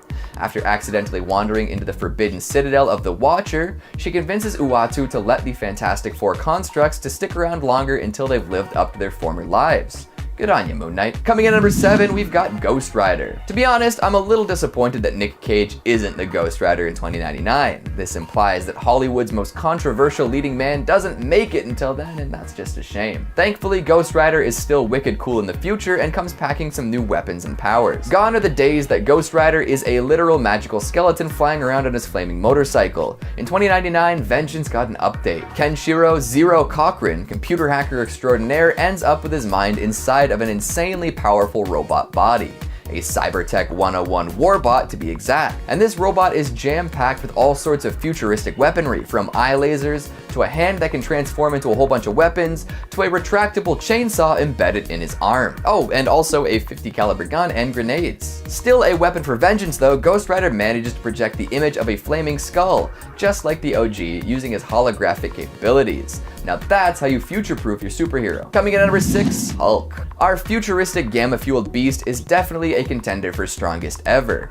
However, unlike the original Hulk, he's not quite immortal. I won't get into the nitty-gritty here, but even a base power higher than the first Green Giant isn't enough to keep you alive against all odds. Too bad too, because this is a really cool reimagining of a classic hero. In 2099, a movie producer named John Eisenhart decides he wants to do a movie about the Knights of Banner. This group worships Bruce Banner like a god and tends to move around all over the place. When Eisenhart finds out he can't get the rights to their story, he turns them into the police, but feels guilty afterwards. He tries to find a way to help them out, but gets caught in the blast of a gamma bomb, turning him into a brand new green monstrosity. He's got more base strength than the original Hulk, sharp teeth and claws useful for ripping and tearing, and even holds onto his human intelligence once transformed. Able to lift up to 150 tons and leap hundreds of feet in a single bound, this version of the Hulk is a force to be reckoned with. Coming in number 5, we've got Thor. This might come as a bit of a surprise, but in the future, a lot of people worship superheroes, and a lot of the time, those who revere these supernatural figures are interested in attaining these godly powers for themselves. In 2099, a subset of people have decided to give themselves to Thor, mind, body, and spirit. Known as members of the Church of Thor, or Thorites, they all have the hallmarks of many other major religions, down to the places of worship and religious leaders. Cecil McAdams was a reverend of the Church of Thor, and was actually chosen to take up the mantle of the Norse god of thunder himself. Through technological advances and a whole lot of self-deception, McAdams ended up with almost identical powers to the god that he worshipped. This resulted in some less than stellar mental issues though, as he went a little power crazy and tried to rid an entire city of mortals. Coming in number 4, we've got Exodus. Born as Bennett du Paris back in the 1300s, this mutant is all about changing up the world order. He has and always will believe that mutants should be in charge of the world, with humans as the inferior race. This was true before 2099 and remains true in said futuristic world. Showing up after a long sleep, Exodus attempted to force his rule upon X Nation.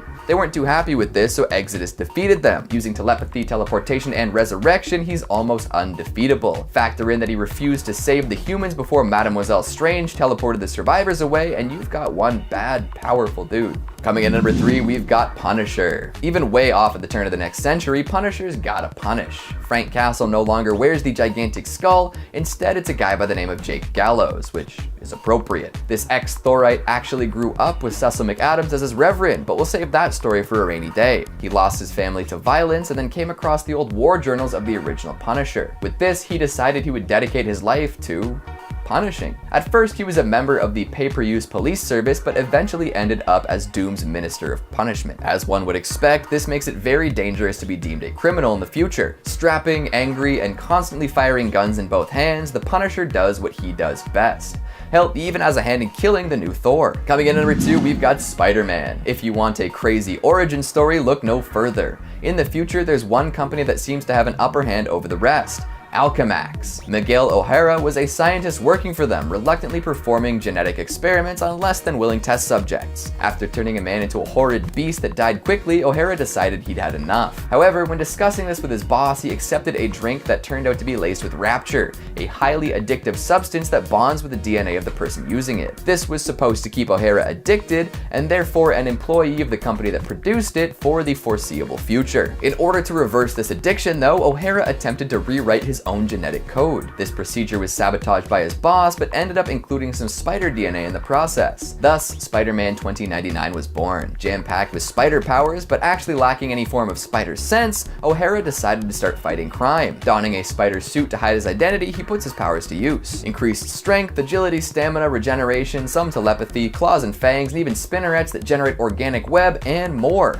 Spider-Man is always a fan favorite, that's for sure. Finally, at number 1, we've got Dr. Doom. Unlike most of the other heroes on this list, Doom isn't a clone or a copy or even offspring of another individual, it's still Doom. After disappearing for decades, Dr. Doom decided to upgrade his armor and make a triumphant return, and triumphantly return he does. Coming back in full force, he manages to retake the United States and force his way into a leadership role. Like I said earlier, he employs Jake Gallows as his Minister of Punishment and begins ruling with an iron fist. There really is no stopping Doom, even in the future. Kicking off the list at number 10, Superwoman.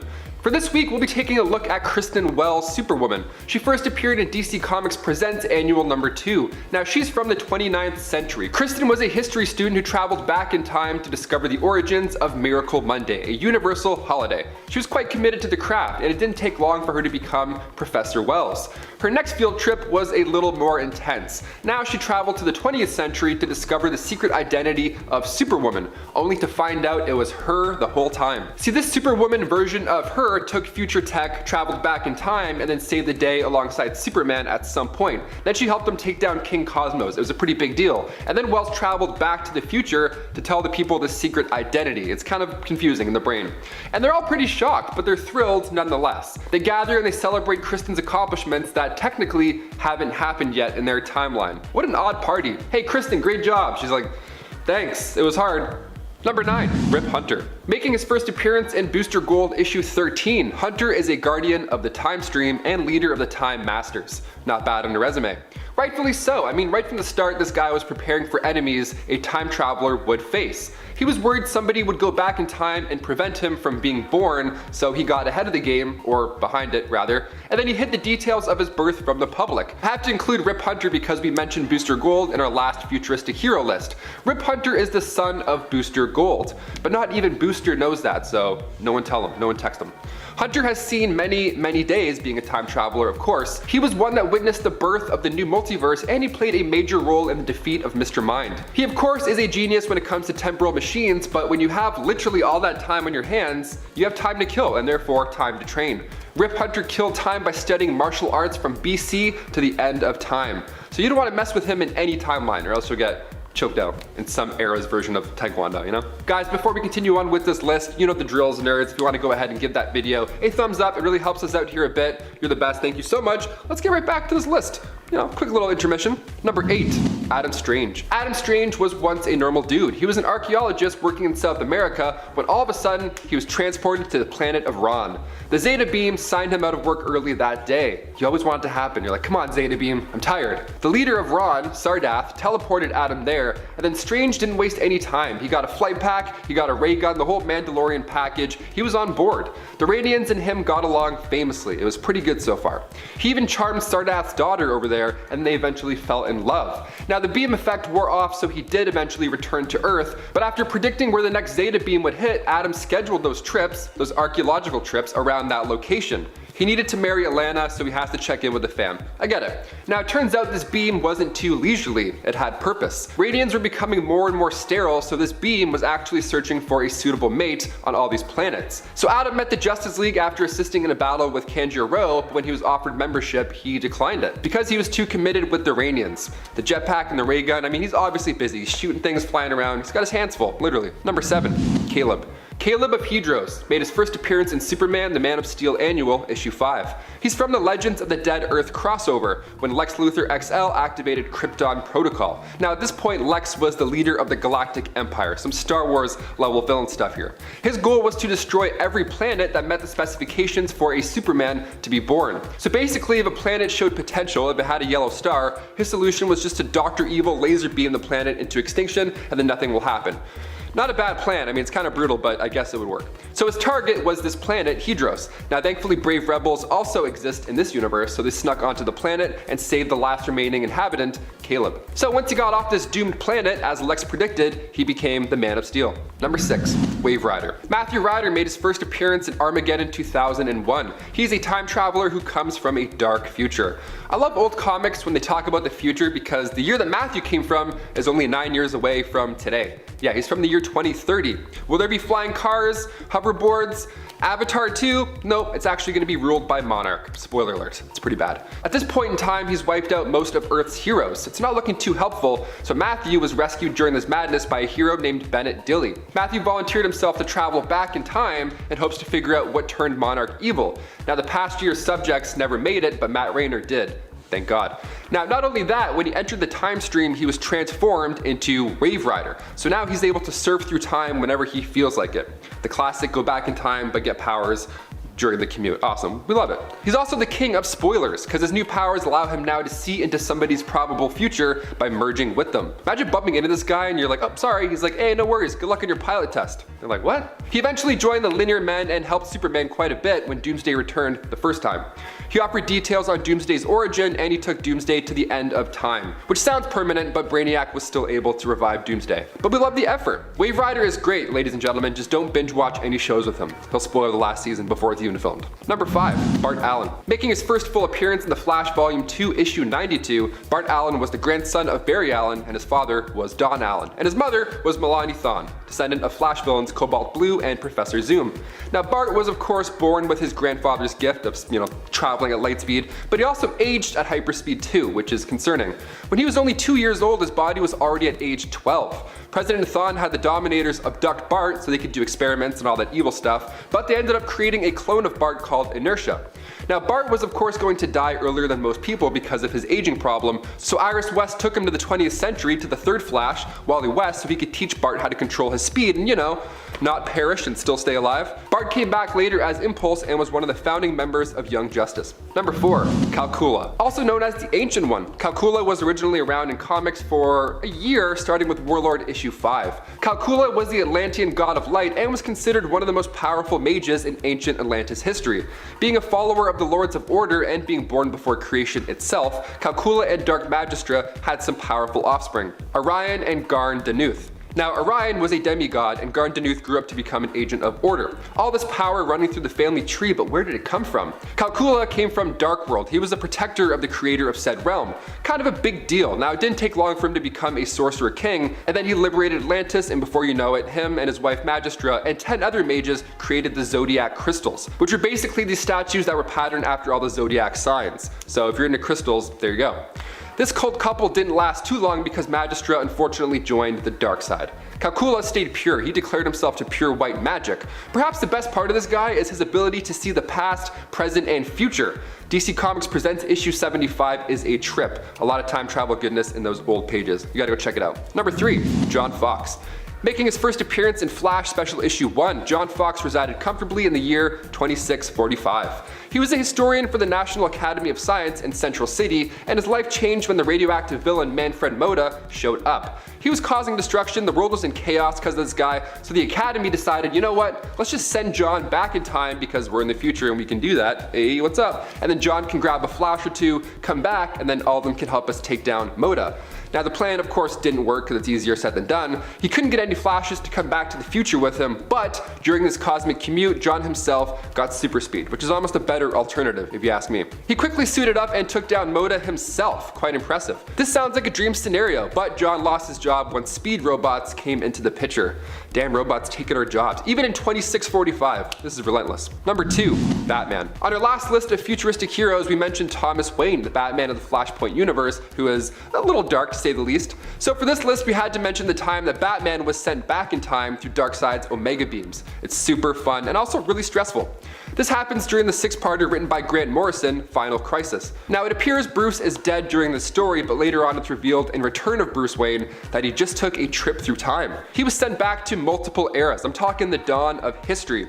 Caveman Bruce Wayne, and then he jumps further in time and there's witches running around. It's really fun to see Bruce use his intellect to get out of these specific eras. That's the whole fun of it. Also, if you've ever wanted to see Batman as the historical pirate Blackbeard, well, now's your chance. Go check it out. And finally, number 1, Green Lantern. Green Lantern power rings are quite impressive. It can be used as a universal translator, it allows its user to communicate telepathically, and in Superman Man of Tomorrow issue 13, Superman goes nuts, so Kyle Rayner created kryptonite with the ring. It's pretty impressive, but you also may forget that the ring allows for one to time travel. Hal Jordan traveled to the 70th century once. He was brought into the far future to take down an evil government, but in doing so, the ring required enormous amounts of will and energy. So in turn, he ended up losing his memories and started going by the alias Paul Manning. So there was a point where Green Lantern was a superhero in 2 timelines, and that's why he's number 1. Starting us off in at number 10, Lobo the Duck. Lobo the Duck is strangely enough the combination of Lobo and Donald Duck. No, I'm just kidding. Actually, it's Howard the Duck. And was introduced in Lobo the Duck #1 from 1997 and is present on Earth 9602, but in a timeline where the Amalgam heroes have died. Lobo the Duck is a fearless and strangely muscular, especially for a duck, anti-hero bounty hunter who, along with his shape-shifting canine sidekick Impossible Dog, is investigating the murders of several Amalgam Comics heroes. Lobo only agrees to find the murderers of these heroes if he gets paid up front though, but soon begins the investigation. Lobo fights his way through Gold Kidney Lady, Dr. Bongface, and various other supervillains before he realizes that the end of the world is about to begin, and only he can stop it. He has all of Lobo's powers and abilities, including immortality, super strength, and a mastery of basically every weapon. He also has a genius level intellect, a superhuman sense of smell, can track anyone or anything across galaxies, and is a master of quack fu. Yeah, I just wanted an excuse to mention this guy, but honestly immortality makes him pretty damn powerful. And at 9, Pharaoh Man. Pharaoh Man is a combination of Colossus and Pharaoh Lad, and was introduced in X-Patrol #1, which is clearly a combination of X-Men and Doom Patrol. Peter and his twin Alexei were all each other had, since even their mother couldn't bear to look at their faces. That's not even a face a mother could love. The twins shared everything from the moment they were born, but one day while saving Alexei's life from an oncoming truck, Peter changed into living metal, stopping it, revealing to himself that he was actually a metamutant, but Alexei was unfortunately not. Alexei's growing resentment drove him away from his brother until eventually he left Peter alone. After this, Peter was recruited by Niles Cable, a mysterious traveler from the future, to join the X-Patrol.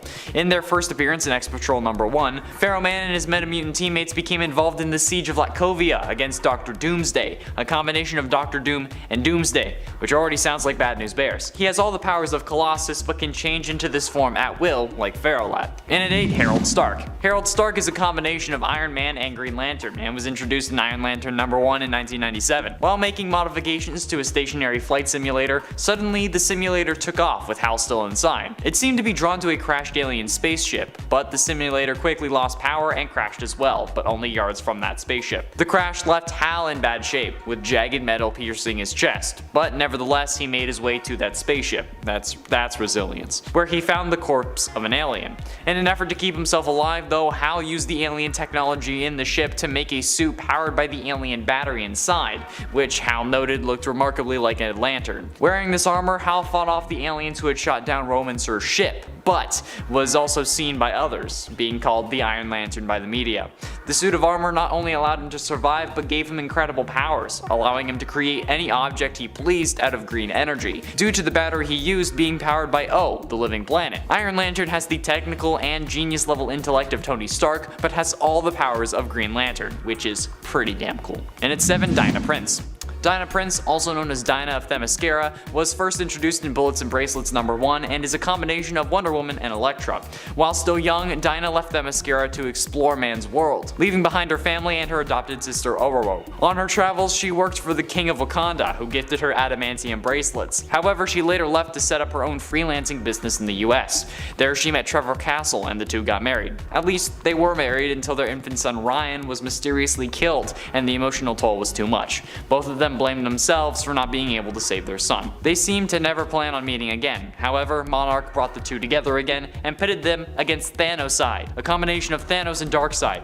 Yeah, he had perceived the Lord of Apocalypse was responsible for the fate of their son, but she discovered that Ryan was not dead, merely displaced in time, and had grown up to become Kanto. Knowing that their son was still alive, Dinah and Trevor seemed to restart their relationship. Dinah has the divine empowerment from Wonder Woman, giving her superhuman strength and durability, as well as a mastery over archery and hand-to-hand combat. And at 6, Logan Wayne. Logan Wayne is a combination of, obviously, Bruce Wayne and Logan, being first introduced in Marvel vs. DC #3, the same issue where this universe was created. At 5 years old, after witnessing his parents' murder at the hands of an armed robber, Logan Wayne was sent to live with his uncle in Alberta, Canada. His uncle was a member of the Royal Canadian Mounted Police, and was ambushed and murdered by poachers a short time after his arrival in Canada. After the death of his uncle, Logan was sent to live in a home run by nuns, and as soon as he was old enough, he enlisted in the Royal Canadian Air Forces. Logan was submitted to the Weapon X Project, the Canadian Super Soldier program. It was here that Logan had adamantium bonded to his bones and learned of his metamutant nature. The Weapon X Project was terminated due to his failure, because Logan was ineffective as a weapon because he had a conscience. But this didn't stop him from being pretty damn badass. Having all the powers of Logan as well as things like the Clawcopter and Clawmobile, this is in essence a superpowered Batman, which I think we all know is something to fear. Halfway through and at number 5, Robert Bruce Banner. Robert Bruce Banner is the combination of Bruce Banner and understandably Solomon Grundy, and was first introduced in Doctor Strange Fate number 1 as one of his aides. Bruce Banner was a scientist experimenting with radiation, when an experiment he was working on went horribly wrong. However, it fused him with the elemental entity known as Solomon Grundy. The fusion between Banner and Grundy became only known as the Skulk, and after a confrontation with Doctor Strange Fate, the Doc showed Skulk that he could keep him in his human form with use of magic. So in an effort to stay human, or at least be able to become human again, Skulk agreed to work as an agent for Doctor Strange Fate in return for the Doc keeping him in his human form, for most of the time. Skulk possesses all the powers and abilities of both Solomon Grundy and Hulk, and thanks to Doctor Strange Fate, Banner can shapeshift between his human form and his Skulk form at will, and since he possessed the same powers as Grundy, when he dies, he's reborn. But that's not even the craziest thing in this universe. And at 4, Blaze Allen. Speed Demon, first introduced in Speed Demon number 1, is, aside from what you might have called your ex to your girlfriends, a combination of Barry Allen and Johnny Blaze. Blaze Allen was a circus daredevil who sold his soul to become the first Speed Demon. Yes, there are actually multiple Speed Demons. The demon component, Etrigan, was also formerly Jay Garrick, before the Night Spectre stole Jay's soul. You know, Jay Garrick. Earth 2 Flash. The Night Spectre approached Blaze and asked him to serve in his mission to collect souls from the most pure and most corrupt, which just seems weird to me, but okay, you do you. But Blaze Allen refused, so in an attempt to persuade him, at his wedding Night Spectre stole Iris's soul. Blaze then accepted the bond, hoping to get Iris back, or at least ensure her safety. It didn't work. Speed Demon speaks only in rhymes, but is a speedster with a flaming skull head that can also breathe fire. Wally West, an amalgamation of Danny Ketch and obviously Wally West, was the next Speed Demon, who accepted the power in order to help his uncle Blaze get Iris back. It's funny, because in a couple of days I'm going on vacation and I'm making it my mission to try to convince at least one person to sell me their soul. Like, it's not actually gonna work, but I think it's gonna be funny if I can do it. Getting close to the end, in at number 3, White Witch. First appearing in Doctor Strange Fate number 1 from 1996, White Witch is a combination of Scarlet Witch and Zatanna. White Witch's origin is not completely known, but when she was introduced, she was acting as one of Doctor Strange Fate's aides. Fearing that access would divide the Amalgam universe back into its original 2 universes, Doctor Strange Fate decides to capture and exterminate him, so he has Mix mystically teleport his 3 agents into his sanctum, known as Arkham Tower. Strange Fate proceeded to explain to the 3 that Access was a greater threat than any of their previous foes, including Mephisatanus or Baron Wotan. Access managed to escape Skulk and Jade Nova by teleporting, but White Witch approached him from behind, pushed him to the ground, climbed on top of him, and with a kiss, he was knocked out. Then White Witch said that you shouldn't send a girl or a monster to do a woman's job. White Witch has all the powers of both Scarlet Witch and Zatanna, making it obvious why Doctor Strange Fate would want her as his aide. That's insane. And it can only be topped by 2 people. Penultimately, in at number 2, Clark Kent. Super Soldier is fairly evidently the combination of Clark Kent and Steve Rogers, first being introduced in Marvel vs. DC number 3 from 1996. During World War II, government scientists were working on a Super Soldier formula that would transform a man into much more, into some sort of human weapon using cellular samples from an alien corpse. Clark Kent volunteers for the Super Soldier program and they administer the formula, as well as a good chunk of solar radiation. This mixture gave Kent incredible abilities, including all those of Captain America and Superman. Super strength, heat vision, flight, you name it. Now known as Super Soldier, Kent wields the Superman logo as his shield. In March of 1942, Super Soldier fought Ultra Metallo, a robot sent by Lex Luthor to aid Germany in winning the war by killing Clark. But the fight started in Washington, DC and ended above the northern Atlantic Ocean, when Clark sacrificed himself to take down the robot, sinking them both into the icy depths. Jimmy Olsen was one of the few witnesses and instead reported that Super Soldier had retired after America had declared that they won the war. 50 years later, the body was thawed out in JLA number 4 and Clark joined the Judgment League Avengers as its leader. Finally, in at number 1, Dr. Strange Fate. Dr. Strange Fate is one of the most powerful beings on Earth 9602, being a combination of not only Dr. Strange and Dr. Fate, but Charles Xavier as well. While traveling through the Himalayas, Metamutant Charles Xavier was rescued by Nabu the Ancient One, who at the time was Lord Supreme of Order, which is a pretty damn impressive sounding title to say the least. Taught the mysteries of the supernatural world by Nabu, Charles taps into the energies and forces of both telepathic and mystical, making the Metamutant Sorcerer one of the most powerful beings in the Amalgam universe. Since he was already a powerful telepath, Charles quickly surpasses his teacher and was promoted to the new Lord Supreme of Order. Dr. Strange Fate was also one of the founding members of the Judgment League Avengers, and began pursuing threats in shadowy realms, leaving the protection of Earth to, you know, lesser beings. Number 10. Quasar. Quasar is Wendell Vaughn, a being of pure quantum energy. When armed with his quantum bands, he is even more powerful. The quantum bands allow Quasar to create constructs and shields. They also give him the power to absorb energy and complete quantum jumps, effectively teleporting. Quasar managed to survive in a fight against Annihilus, attempting to teleport away before he was destroyed, but only managing to do so at the last minute with his mind. For a time, he'd become trapped in the negative zone mentally, ceasing to have a physical form, passing on the mantle of Quasar for a time to Phyla Vell and Nova's Richard Rider after. However, Quasar's defeat during Annihilation would seemingly only make him stronger, as after a time he managed to somehow regain his physical form, returning only to go on a journey to the Cancerverse, acting as a scout for his own universe. Existing as a being of pure quantum energy means that Quasar is a powerful hero to go up against, and might make him too powerful for the Marvel Cinematic Universe in the end. Good old Wendell. Number 9. Gladiator. Gladiator is one of those heroes whose powers are only limited by his own state of mind. Literally. Gladiator's confidence is directly tied to his power levels, and the more confident that he feels, the more unstoppable he becomes. For a time, Gladiator actually ruled his people as the Magister of the Shi'ar Empire, out in space. But more recently, he decided to step down, believing that Aneramani was needed on the throne, and relinquishing his place to Xandra. Gladiator himself is Kalark, a Strontian, who went through an enhancement process to make him worthy of the rank of Gladiator. He is immensely powerful, being super strong, fast, agile, invulnerable, and possessing a healing factor. He is capable of interstellar flight and is an incredibly gifted and experienced fighter. And friends, if you are liking this list and you want more lists like it, if you want that part 3, I don't know if we can do one, but I mean there's a lot of characters in the Marvel Universe, so I'm sure we can. Be sure to let us know by giving this video a thumbs up. Number 8. Black Bolt. Black Bolt is the king of the Inhumans. We probably won't see him anytime soon in the MCU, not just because you'd then have to explain all about the Inhumans and what they're up to, and because he's super OP and can wipe out most opponents with just a whisper, but because we already tried to introduce the world to the Inhumans via their own television series, and it did not go well. Black Bolt, however, still has some pretty cool powers, and the Inhumans are a pretty cool bunch, if we did feel that they might be a good fit. We just might have to tone down Black Bolt's powers somewhat, or maybe also find like another way to have them? I don't know. He was considered powerful enough to take on Thanos, and he even survived a one-on-one battle against him in the comics. He was able to shatter Thanos' armor during their fight, though his powerful voice did not harm the Mad Titan directly. Rats. He also seemingly killed one of the most powerful Omega level mutants around, Vulcan, who was on part 1 of our list. However, this was later retconned to not have actually happened, as we later learned during Hickman's reign over the X-Books that Vulcan actually survived the fight. Apparently. He looked pretty dead. It looked like he was pretty dead, but he survived.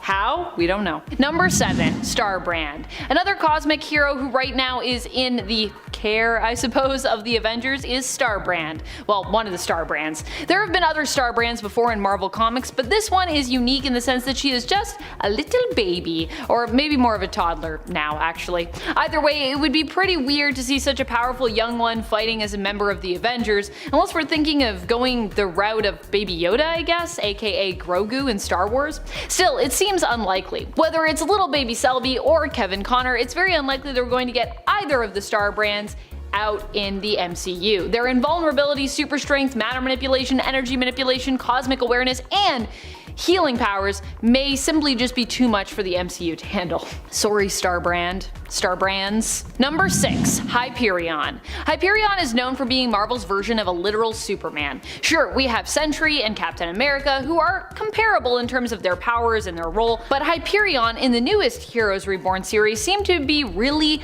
exuding those Superman vibes. Here Hyperion was the leader of the Squadron Supreme of America, an elite team of heroes who were also all kinda messed up. Hyperion himself seemingly had a god complex that perhaps was well earned considering what he was capable of. When all their enemies escaped their negative zone prison, Mark Milton as Hyperion was the first to respond, and he handedly took down pretty much everyone who got out, including Galactus, a version of Gladiator, a version of the Beyonder, a Giant Man version of Ultron / Evil Hank Pym, and a version of the Annihilation Wave. Granted, this Hyperion technically is an alt version, but either way you slice it, either way you dice it, any version of the hero is really too powerful and likely too similar to DC's Supes to make an appearance in the MCU. Number 5. Magic. Teleporters always rank high on my list of powerful heroes because I think teleportation is super OP, and Magic is definitely no exception there, although she is exceptional. So exceptional in fact, if we didn't get to see her in the MCU, I personally would not be surprised.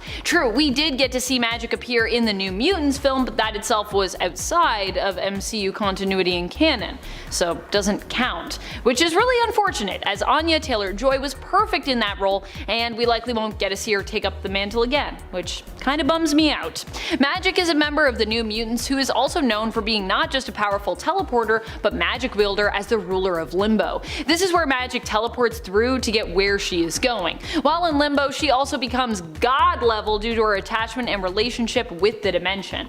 Magic also has a dark side known as Dark Child. While in her Dark Child persona, she becomes virtually unstoppable and generally a lot more evil. Number 4. Nova. It feels pretty unlikely that we'll ever get to see any version of Nova show up in the Marvel Cinematic Universe at this point.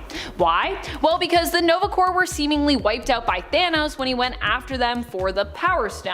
It's believed that all of Xandar was decimated in his attack, which likely means that the Nova Corps who were there were some of the first people to go. Unless there was somehow, I guess, a lone survivor who could become Nova in the future, it seems very unlikely we'll see any kind of character attached to Xandar or the Corps. This could be just what Marvel Studios was hoping to eliminate the chances of though with this plot point, as all versions of Nova are considered to be pretty epically powerful, whether we're talking about Sam Alexander, Rich Rider, or Eve Bakian. Just all the Novas. They're just all pretty crazy. Number 3. Blue Marvel. So as much as I really want Adam Brashear to come to the MCU, there is also a concern many have around the fact that this hero might just be too powerful to appear in the Marvel Cinematic Universe, at least as he is in the comics. Maybe if we toned him down? Granted, we have Captain Marvel, and now we have Monica Rambeau, who's pretty crazy powerful. So I'm really hoping I'm wrong about this one. But still, there is Captain Marvel and Monica Rambeau, and then there is Blue Marvel, who's kind of operating on a whole other level, due to the fact that his powers are derived from antimatter, and the fact that he is basically an antimatter generator / reactor. And if you don't know, antimatter is like crazy powerful and crazy efficient in the Marvel universe. I don't know about antimatter in real life. I don't even know if there is antimatter in real life. I don't know about that science. Number 2. Eternity. Eternity is not a conventional hero and more a cosmic entity, but like the Living Tribunal, they are also generally seen as a force of good, so hence why I'm counting them on the list. Eternity is actually just below the Living Tribunal in terms of rank in the universe and is the personification of time. They exist alongside their sister, Infinity. Eternity is capable of manipulating time and space on a lucrative scale. They are immortal and are considered an integral part of the universe, existing alongside other major concepts which are also represented by powerful entities. Number 1. One Above All. The One Above All isn't your typical hero, but they are a very powerful force of good in the MCU, like Eternity. One Above All is seen as the creator of the multiverse and all beings within it. They are basically the god of the multiverse, the ultimate creator. We talked about the Living Tribunal on part 1 of this list, who is seen as the ultimate bringer of justice, the ultimate judge throughout the Marvel multiverse, and the One Above All is actually believed to be the the entity that the Living Tribunal works for. One above all is believed to be all-powerful and omnipotent, getting involved in the matters of its creations only when its interference is truly needed. They were the one who made Adam Warlock take up the mantle as their new Living Tribunal as payment for restoring all of reality after it was destroyed, which seems like a fair trade. They're like, hey, Adam Warlock, do this job and have lots of power, and I will return reality. Just come work for me, you know? I need a new Living Tribunal. You know how it is when the Living Tribunal dies. Actually, I don't know how that is. Sounds like a very rare problem. Number 10. Powerhouse. It feels weird to have Franklin Richards at the bottom of a too powerful or most powerful style list. However, while Powerhouse was once one of the most powerful heroes in all of the Marvel Universe, even becoming so when he was just a little baby, so much so that his dad, Reed, actually had to shut off his son's powers, he has been having a rough go in the comics over the last little while. Franklin was believed to be a mutant with the power to warp reality, giving him access to a ton of extra power. But unfortunately, his powers have been on the fritz recently, and now he seems to have completely lost them. It's even believed that he was never truly a mutant, but instead subconsciously used his powers to alter his DNA, meaning that he can't even go to Krakoa currently anymore. I wouldn't expect us to see any kind of reality warping version of Franklin in the Fantastic Four film, if we get a version of him there at all. Although honestly, depowering him in the comics may be part of a plot to have him come into the film, more comic book accurate to who he is currently in the comics, meaning production and writers wouldn't actually have to worry about his crazy powers and writing those in, which would likely get in the way of any massive threat, as while powered, he could normally stop, well, just about any of them, like that. No Infinity Gauntlet snaps, but just normal power reality warping snaps. Number 9. Rachel Summers. Rachel is 1. Really powerful, and 2. Just pretty unusual, which makes her a hard sell for the Marvel Cinematic Universe on both those fronts. Although the mutants will be coming soon, so there is a small chance, I suppose, that Rachel could show up at some point. Rachel isn't from the main continuity of Earth 616, but is the daughter of Jean Grey and Scott Summers, aka Cyclops, of her own reality, Earth 811. Rachel is considered to be Omega level, so in theory, the highest level there is of mutant, although there are a few who threaten to surpass that level in the comics. She is an insanely powerful telepath, telekinetic, and can also manipulate time, even being capable of traveling through it. Rachel can also shield herself against time manipulation from outside forces, protecting her against alterations to the timeline. And friends, before we move on to this next spot, if you are loving this list and you want more lists about all the cool things happening in the MCU, or not happening in this case, be sure to let us know by giving this video a thumbs up. Number 8. Squirrel Girl. It feels weird putting Squirrel Girl on this list, but she is weirdly one of the most OP heroes we have in the comics. Squirrel Girl is a hero who can pretty much defeat any threat she goes up against without usually even needing to fight. She handily defeated Dr. Doom using her influence over squirrels, and defeated Galactus just by having a conversation with him and being overall fearless. Squirrel Girl usually befriends many other heroes and villains alike whom she meets, which tends to be her secret weapon when it comes to winning any fight. Doreen Green is also a kind of odd hero, so we likely won't be seeing her in the MCU anytime soon for that reason as well. But honestly, I kind of wish that we would.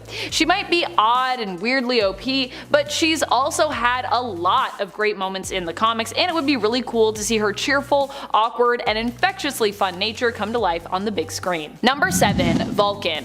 Vulcan is another mutant who is likely considered too powerful and possibly too complicated to show up in the Marvel Cinematic Universe. I know we are getting mutants, so likely a lot of these folks could be showing up at some point, but I don't know if Vulcan's gonna be one of them. Vulcan is not only Omega level, but is actually implied to be one of the few that I mentioned earlier who could potentially be past, or at least at times surpass, Omega levels. He is one of the coolest power sets in comics, which is also shared by other super awesome but perhaps less mainstream mutants such as Bishop. I love Bishop. He's another mutant that I would love to see show up in the MCU with the X-Men crew at some point. I mean, we did get Cable and Deadpool, so I feel like that could be possible. Vulcan has no limit to the type of energy he can absorb and utilize, even being able to harness magical or cosmic energy from the likes of Adam Warlock, although I do believe he does have limits when it comes to how much energy he can harness or utilize. Vulcan also can use his powers to reduce or even turn off the powers of those that he faces. Vulcan is Gabriel Summers, the mysterious younger brother of both Scott and Alex Summers. The one that for years we were like, does he exist? Why did Mr. Sinister randomly mention him and then we just never saw him? And then he finally showed up. In the 2000s, he was like, hey, just been here all along, doing other stuff in space, being real messed up. Number 6. Sentry. The Sentry would be an interesting character to have in the MCU because he is actually a hero who was retconned into existence. The Sentry is Robert Reynolds, who was revealed to be a drug addict that was looking for a fix when he stumbled upon the Golden Sentry serum, and accidentally basically became a hero. Unfortunately, due to the fact that Bob was mentally unstable, he ended up not just becoming the world's greatest hero, but also having another persona who was considered the world's greatest villain, known as the Void. When it was revealed that the Sentry and the Void were both Bob Reynolds, the heroes banded together to help Sentry make the world forget that he ever existed, which basically allowed the Void to also not exist. In so doing, Bob went back to living a relatively normal life, but when his memories began to resurface years later, he would return.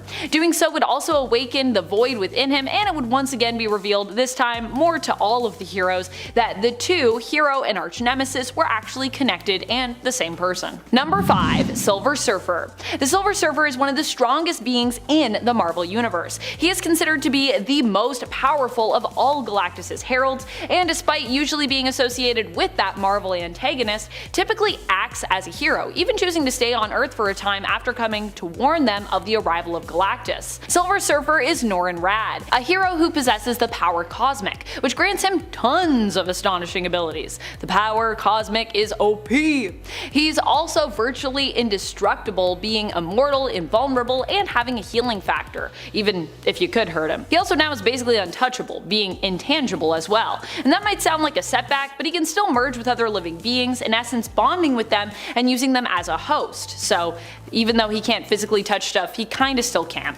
The Silver Surfer isn't just powerful alone either, he also possesses the power to bestow portions of his powers on others, which would have been really handy when everyone was dealing with Thanos, his army, and the Black Order in Avengers Infinity War. Number 4. Hope Summers. Hope Summers is the adopted daughter of both Cable and later Cable's wife in the future, who is actually also named Hope, but not the same Hope.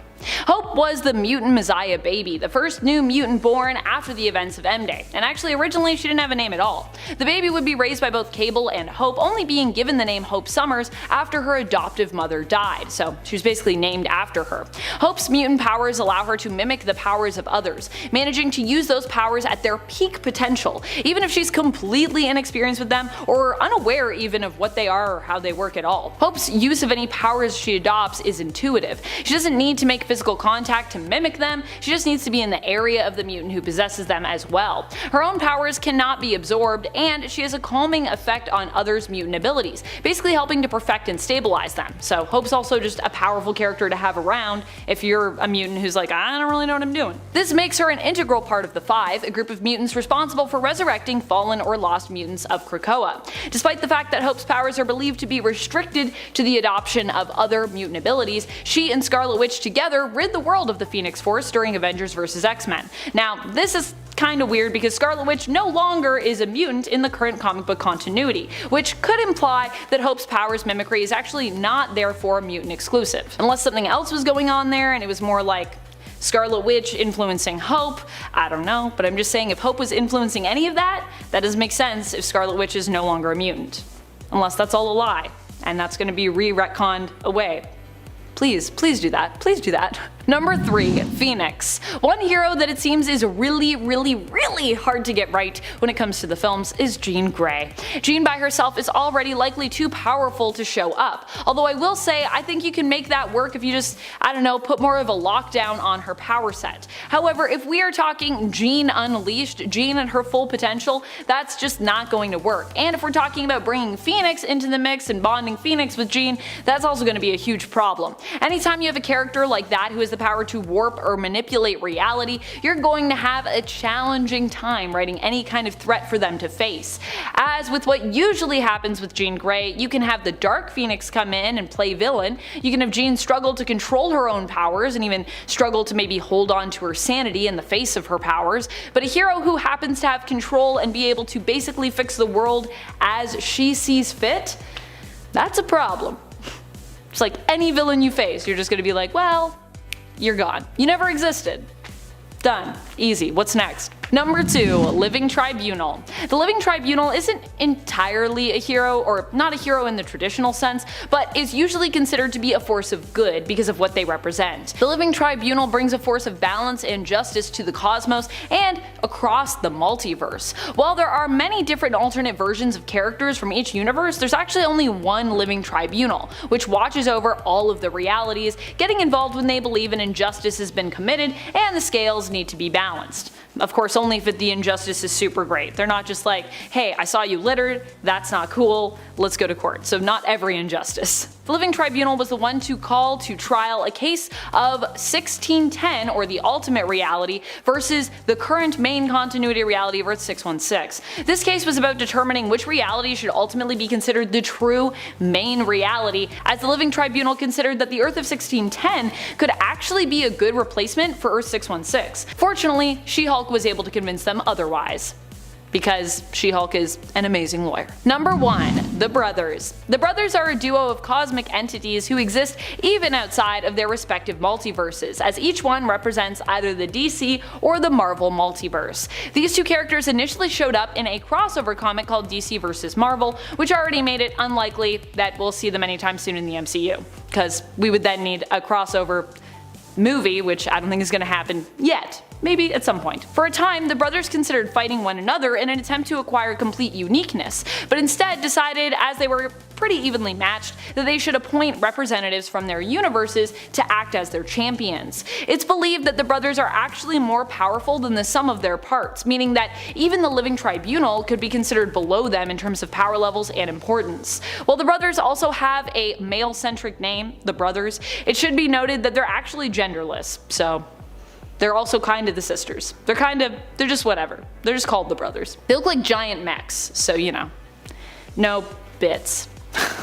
I don't think. Number 10. Rogers. This alternate version of Captain America resided in Earth 311, the 1602 reality, but initially came from the dystopian future reality of Earth 460, where Purple Man, aka Kilgrave, had become president for life. As such, Purple Man had seen Captain America as one of the last remaining threats to his dictatorship, and rather than make a martyr out of him through execution, he sent him back into the past, displacing the hero. Captain America took a new identity in the reality of Earth 311, adopting the name Rogers, and used his opportunity to warn the First Nations peoples of the Americas of the risk posed to their existence by the settlers who would come. As Rogers, during his time on Earth 311, Captain America helped maintain peace between the indigenous peoples of the land and the Roanoke colony settlers. In this reality, Roanoke also never disappeared due to the fact that they had Rogers there to help them survive the harsh environment of their new home. Number 9. Iron Man. The bullet points version of Steve Rogers never became a super soldier. Instead, he joins Project Iron Man during World War II, becoming the first Iron Man in history. In order to become this new mechanical hero, he has to become surgically grafted to the suit. He would then fight during World War II and later retire, but be called back into action to take on the Hulk, who in this reality was Peter Parker. As in most realities, Steve, even as Iron Man, is really no match for that hulking behemoth, and ends up dying in battle against him.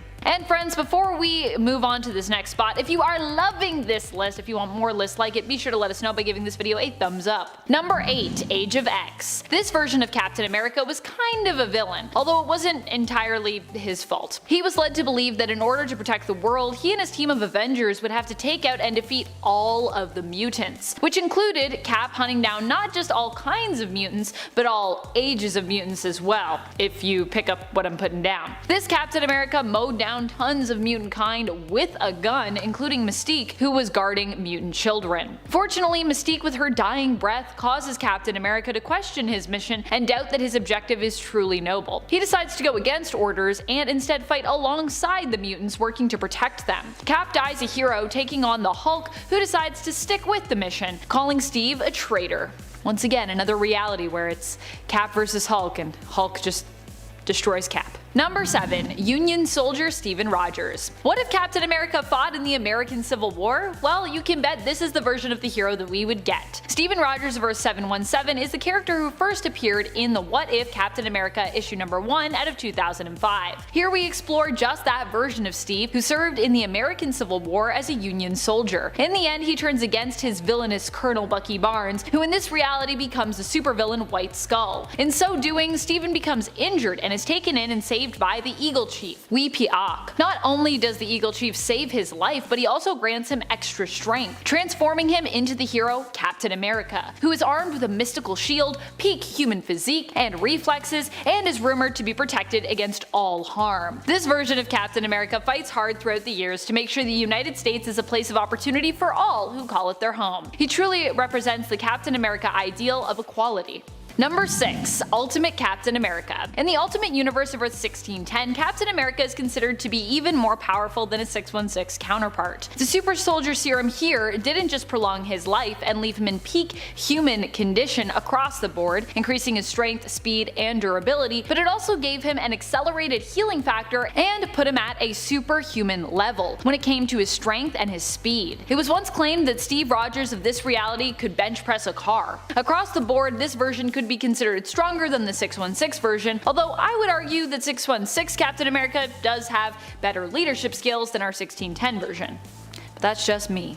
Number 5. Danielle Cage. Danielle Cage is the future daughter of Jessica Jones and Luke Cage. This could be who the future little 616 Danielle Cage ends up as, or maybe not. Only time will tell if Danielle ends up having a similar future to this alternate version of herself and Captain America, or not. In this reality of Earth 15061, Danielle Cage grows up to become the hero Captain America, possessing the abilities of both her father and her mother, meaning she is both super strong and super durable and can fly, all of that good stuff you've come to know and love from both Luke and Jessica's heroic power sets. As Captain America in the future, she also has inherited and wields the Captain America shield. Number 4. MCU Captain America. I mean, of course MCU Captain America has to make our cut. The Marvel Cinematic version of the character is not only extremely popular, but is also deemed worthy enough to lift Thor's hammer, giving us that awesome fight scene in Avengers Endgame where Thor and Captain America are switching back and forth, alternating between sharing and wielding Mjolnir and Stormbreaker. This ultimately gives Cap a big power boost, being able to wield Thor's weapons, especially considering that Thor is one of the most powerful members of the Avengers team, in part because of his powerful, magical, and also kinda cosmic weapons. Number 3. Carol Danvers. That's right, Carol at one point managed to become Captain America. This has actually happened in more than one reality, but for this list we're going to focus on the version of Carol Cap that comes from the Venomverse. She appears as Captain America in Venomverse War Stories and hails from the same reality as Venom Rocket, Earth 18197. In the story she appears in, Captain America Carol Danvers and Venom Rocket battle it out as Rocket is looking to cash in on a bounty for the Kree who want Carol Danvers. Venom Rocket and Captain America seem pretty evenly matched here, but in the end, Rocket does not manage to capture Carol, and Carol seemingly ends up the victor of that match, though undoubtedly left with a pretty big mess to clean up as a result of their destructive battle. Carol Danvers as Captain America still seemingly possesses some version of her Kree physiology and her 616 power set here, making her a pretty powerful alternate version of Captain America. Number 2. Super Soldier. Super Soldier hails from the Amalgam Universe. Stories and characters created using the combined lore of DC Comics' main roster of superheroes and villains and Marvel Comics' main roster of superheroes and villains. Super Soldier himself is an alternate version created by combining the heroes Captain America from Marvel and Superman from DC. Clark Kent ended up in the Super Soldier program during World War II, which used alien DNA taken from a corpse that was discovered to alter Clark Kent permanently, granting him superhuman powers. He is the combined power set of both Cap and Supes, making him pretty crazy powerful, although he also comes with his own highly dangerous villain as well, the Green Skull, and his own weakness to the ore known as Green K. so keep in mind he does have that weakness. Number 1. Soldier Supreme. Soldier Supreme is what you get when you combine the mystical powerhouse of Doctor Strange with the all-American war hero Captain America. The result is a character who happens to be tough, strong, fast, and a gifted fighter, while also possessing tons of mystical knowledge and abilities. Soldier Supreme hails from Warp World, the reality created by Gamora when she folded the universe in half using the power of the Infinity Stones. Here, Steve Rogers participated in the Super Soldier program, which was really a front for something less scientific and more magical in nature. Conducting a series of rituals, Dr. Morgan Erskine transformed Steven Rogers into the Soldier Supreme. Kicking off the list at number 10, Deadpool Kid. Wade in the Wild West. Sign me up. Wade Wilson of Earth 1108 made his first appearance in Deadpool Merc with a Mouth issue 7. Now when we meet him, he's wanted for bank robbery, arson, software piracy, and of course stampeding pygmy goats through an orphanage, you know, everyday things that we always do. And then even in the dusty days, Deadpool still finds a way to cause trouble. He would constantly boast about him wanting to take over the town, and he had his sights set on Sheriff Fury and Bounty Hunter Logan. After getting shot in the head by Earth 616 Deadpool, our main Deadpool, the Kid went down. But he didn't stay down, of course. He survived and was next seen alongside Dreadpool in the hunt for evil Deadpools in the universe. Number 9. Kidpool. Similar name but much different. Kidpool comes from Earth 10330. Now he made his first appearance in Prelude to Deadpool Core issue 2, and he started his days out as a student of the Xavier Orphanage for Troubled Boys. Now due to his abrasive personality, he of course didn't fit in with the other super kids, so he was lonely most of the time. Now one day he was sent to detention with Scott Summers, and Wade convinced Scott that they should both break out and go to prom instead. I agree, I mean detention during prom, come on, that's just cruel. But in order to convince Scotty Boy to be a rebel, Wade promised him he'd help Scott get with Jean Grey. That ought to do the trick. While at prom, Kidpool caused trouble and even fought Logan. It was a hot mess. Mistress Storm stopped the fight and Kidpool was on his way out when Deadpool arrived and also recruited this Kidpool. And before we continue with this list, if you want to go ahead and give us a thumbs up, that would be great. It helps our channel out quite a bit. You guys are the best. Thanks for your support. Now let's get right back to this video. Number 8, Dreadpool. In the reality of Earth 12101, the X-Men brought Wade to Dr. Ben Brighton, aka Psycho Man, in an attempt to cure Wade. Now they wanted him to shut down all these voices in Wade's head, but he didn't do that. He actually did the opposite. Wade was now encouraged to kill everybody in the Marvel Universe. And he started out by going after the Fantastic Four. Reed and the Thing were toast in just a couple of pages. Sue Storm held Dreadpool off by making his head explode, but once he healed, she was next to go. Dreadpool stole a device from Reed Richards that he used to take down the Watcher. So right off the bat, things get ugly. Number 7, Evil Deadpool. Keeping those sinister vibes going, Evil Deadpool is from our 616 main universe. He actually came to life during the pages of Deadpool Volume 4, issue 44. Now it actually all started with Ella Whitby. She was a psychiatrist who was obsessed with Wade Wilson. She was so obsessed that she would keep body parts that he lost over time. She would collect parts of him and then keep them in her freezer, you know, right next to the ice packs, of course. So when Deadpool found out about this creepy old cold collection, he threw them all in the dumpster. He just got rid of them. But that was a mistake because once those body parts thawed out, they fused together to make another evil Deadpool. Just the smell of that freezer alone, I would have tapped out by day 3. Number 6, Wolverine Pool. This next one is a total badass, one of my favorites if you ask me. Brief, but definitely memorable. First appearing in Cable in Deadpool issue 46, we see Wade Wilson after he's undergone the Weapon X program. He has a skeleton bonded with adamantium, and then he's recruited by Dreadpool to take on the evil Deadpool core members. So he joined the battle and killed Deadpool Pulp, but during the fight, main Wade tossed a grenade full of bugs at Wolverine Pool. So the grenade went off and the bugs chewed at Wade's skin, just chewed him apart until nothing was left over except the adamantium skeleton and claws. Definitely the grossest way to go out, that's for sure. Number 5, Death Mask. While I mentioned a botched surgery earlier with Wade, this next one went exactly as planned. On Earth 11683, Reed Richards was able to remove a lethal brain tumor from Wade's head, so now he was better off than ever. No evil voices, and now he was actually a genius. But did he change the world one revolutionary invention at a time? Nope, he was a master criminal. But still, he's smart, I don't know. He built an empire. Wade went by the name Death Mask and killed that world's Victor Von Doom, and his outfit was actually a red version of Doom's. It was pretty sweet, not gonna lie. Even after Death Mask was beaten by our main Deadpool, it didn't end there. Death Mask made a deal with Mephisto in order to release monsters on Earth, one of those monsters being Infernal Hulk. Ouch. Number 4. Dogpool. Wade Wilson of Earth 103173, aka Dogpool, made his first appearance in Prelude to Deadpool Corps issue 3. Now Wilson was a dog being used as a test subject for Mascara X, this hot new product that could replenish itself after just one use. How beautiful and lovely and convenient, might I add. Now this version obviously is inspired from real life animal testing and abuse that happens, so it's pretty sweet when Wilson gets superpowers. Now they thought the dog didn't make it after a test, his body turned all corpse-like, so they got rid of it. But those regenerative abilities brought this pet back to life. A circus truck just ended up going by and seeing this immortal dog, and then Deadpool became the starring act of their show. Come and see the death-defying hound. What a headline. He was working there until Deadpool came and also recruited him for the Deadpool Corps. Number 3. Deadman Wade. Coming from the Age of Apocalypse storyline on Earth 295, Deadman Wade was initially part of Apocalypse's Pale Riders. Danny Moonstar would just torture him non-stop. That was his whole thing. But that's gotta be a bit distracting, right? While the Riders were seeking out Avalon, Damask was so annoyed by the torture and the sounds that she strangled Moonstar to death. She just couldn't take it anymore. It's like when my sister would sing Taylor Swift, I'm like, a 4-hour drive, come on. So Deadman Wade wasn't too happy at this point, but when they finally arrived to Avalon, Wade's attack on innocent people was so much that Nightcrawler deemed it necessary to end his life. And he did so by teleporting away whilst grabbing his head. If you want to see Deadman Wade in more agony, begin so with Excalibur issue 1. Number 2. Ultimate Deadpool. Wade E. Wilson from the Ultimate Comic Run, Earth 1610 that is, made his first appearance at Ultimate Spider-Man issue 91. Now he had a pretty rough time when it comes to the Ultimates. The Ultimates are a different story, different origins, but Wade's is still bad. See, in Ultimate Spider-Man, Wade E. Wilson gets recruited to hunt down mutants on live television, which sounds like a pretty cool gig, but the government figured this is what the people want, and honestly, they're not too far off. People love tuning in. This is like the hot show.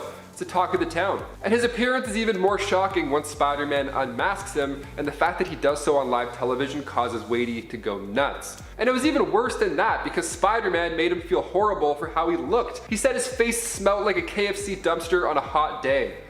What a roast. Oh my god, Spider-Man, relax. And also in Ultimate Spider-Man issue 92, Spider-Man is about to be unmasked himself, but Deadpool prevents it from happening. He says to respect the mask. How ironic. Number 1. Lady Deadpool. We just met Lady Loki and she kind of stole the entire show on Disney+, so we gotta end this list with Lady Deadpool. Wanda Wilson from Earth 3010 made her first appearance in Deadpool Merc of the Mouth issue 7. Now this version of Deadpool cared, dare I say. She wanted to at least feel like she belonged and was part of a bigger, more important movement. So she led an assault force against the crooked General America, which was an evil Captain America in that world, and then she eventually found her place leading the Deadpool Corps, that team I've been mentioning throughout this entire list. In fact, Lady Deadpool was the one to tip off our main 616 Wade on the whole operation. Wade actually tossed Headpool at General America, but then he bit his arm off. Headpool was from the zombie universe, so Wade had to take the General's infected arm with him after he left Wanda's Earth. All the blood, all the arms, all the Deadpools, all the fun.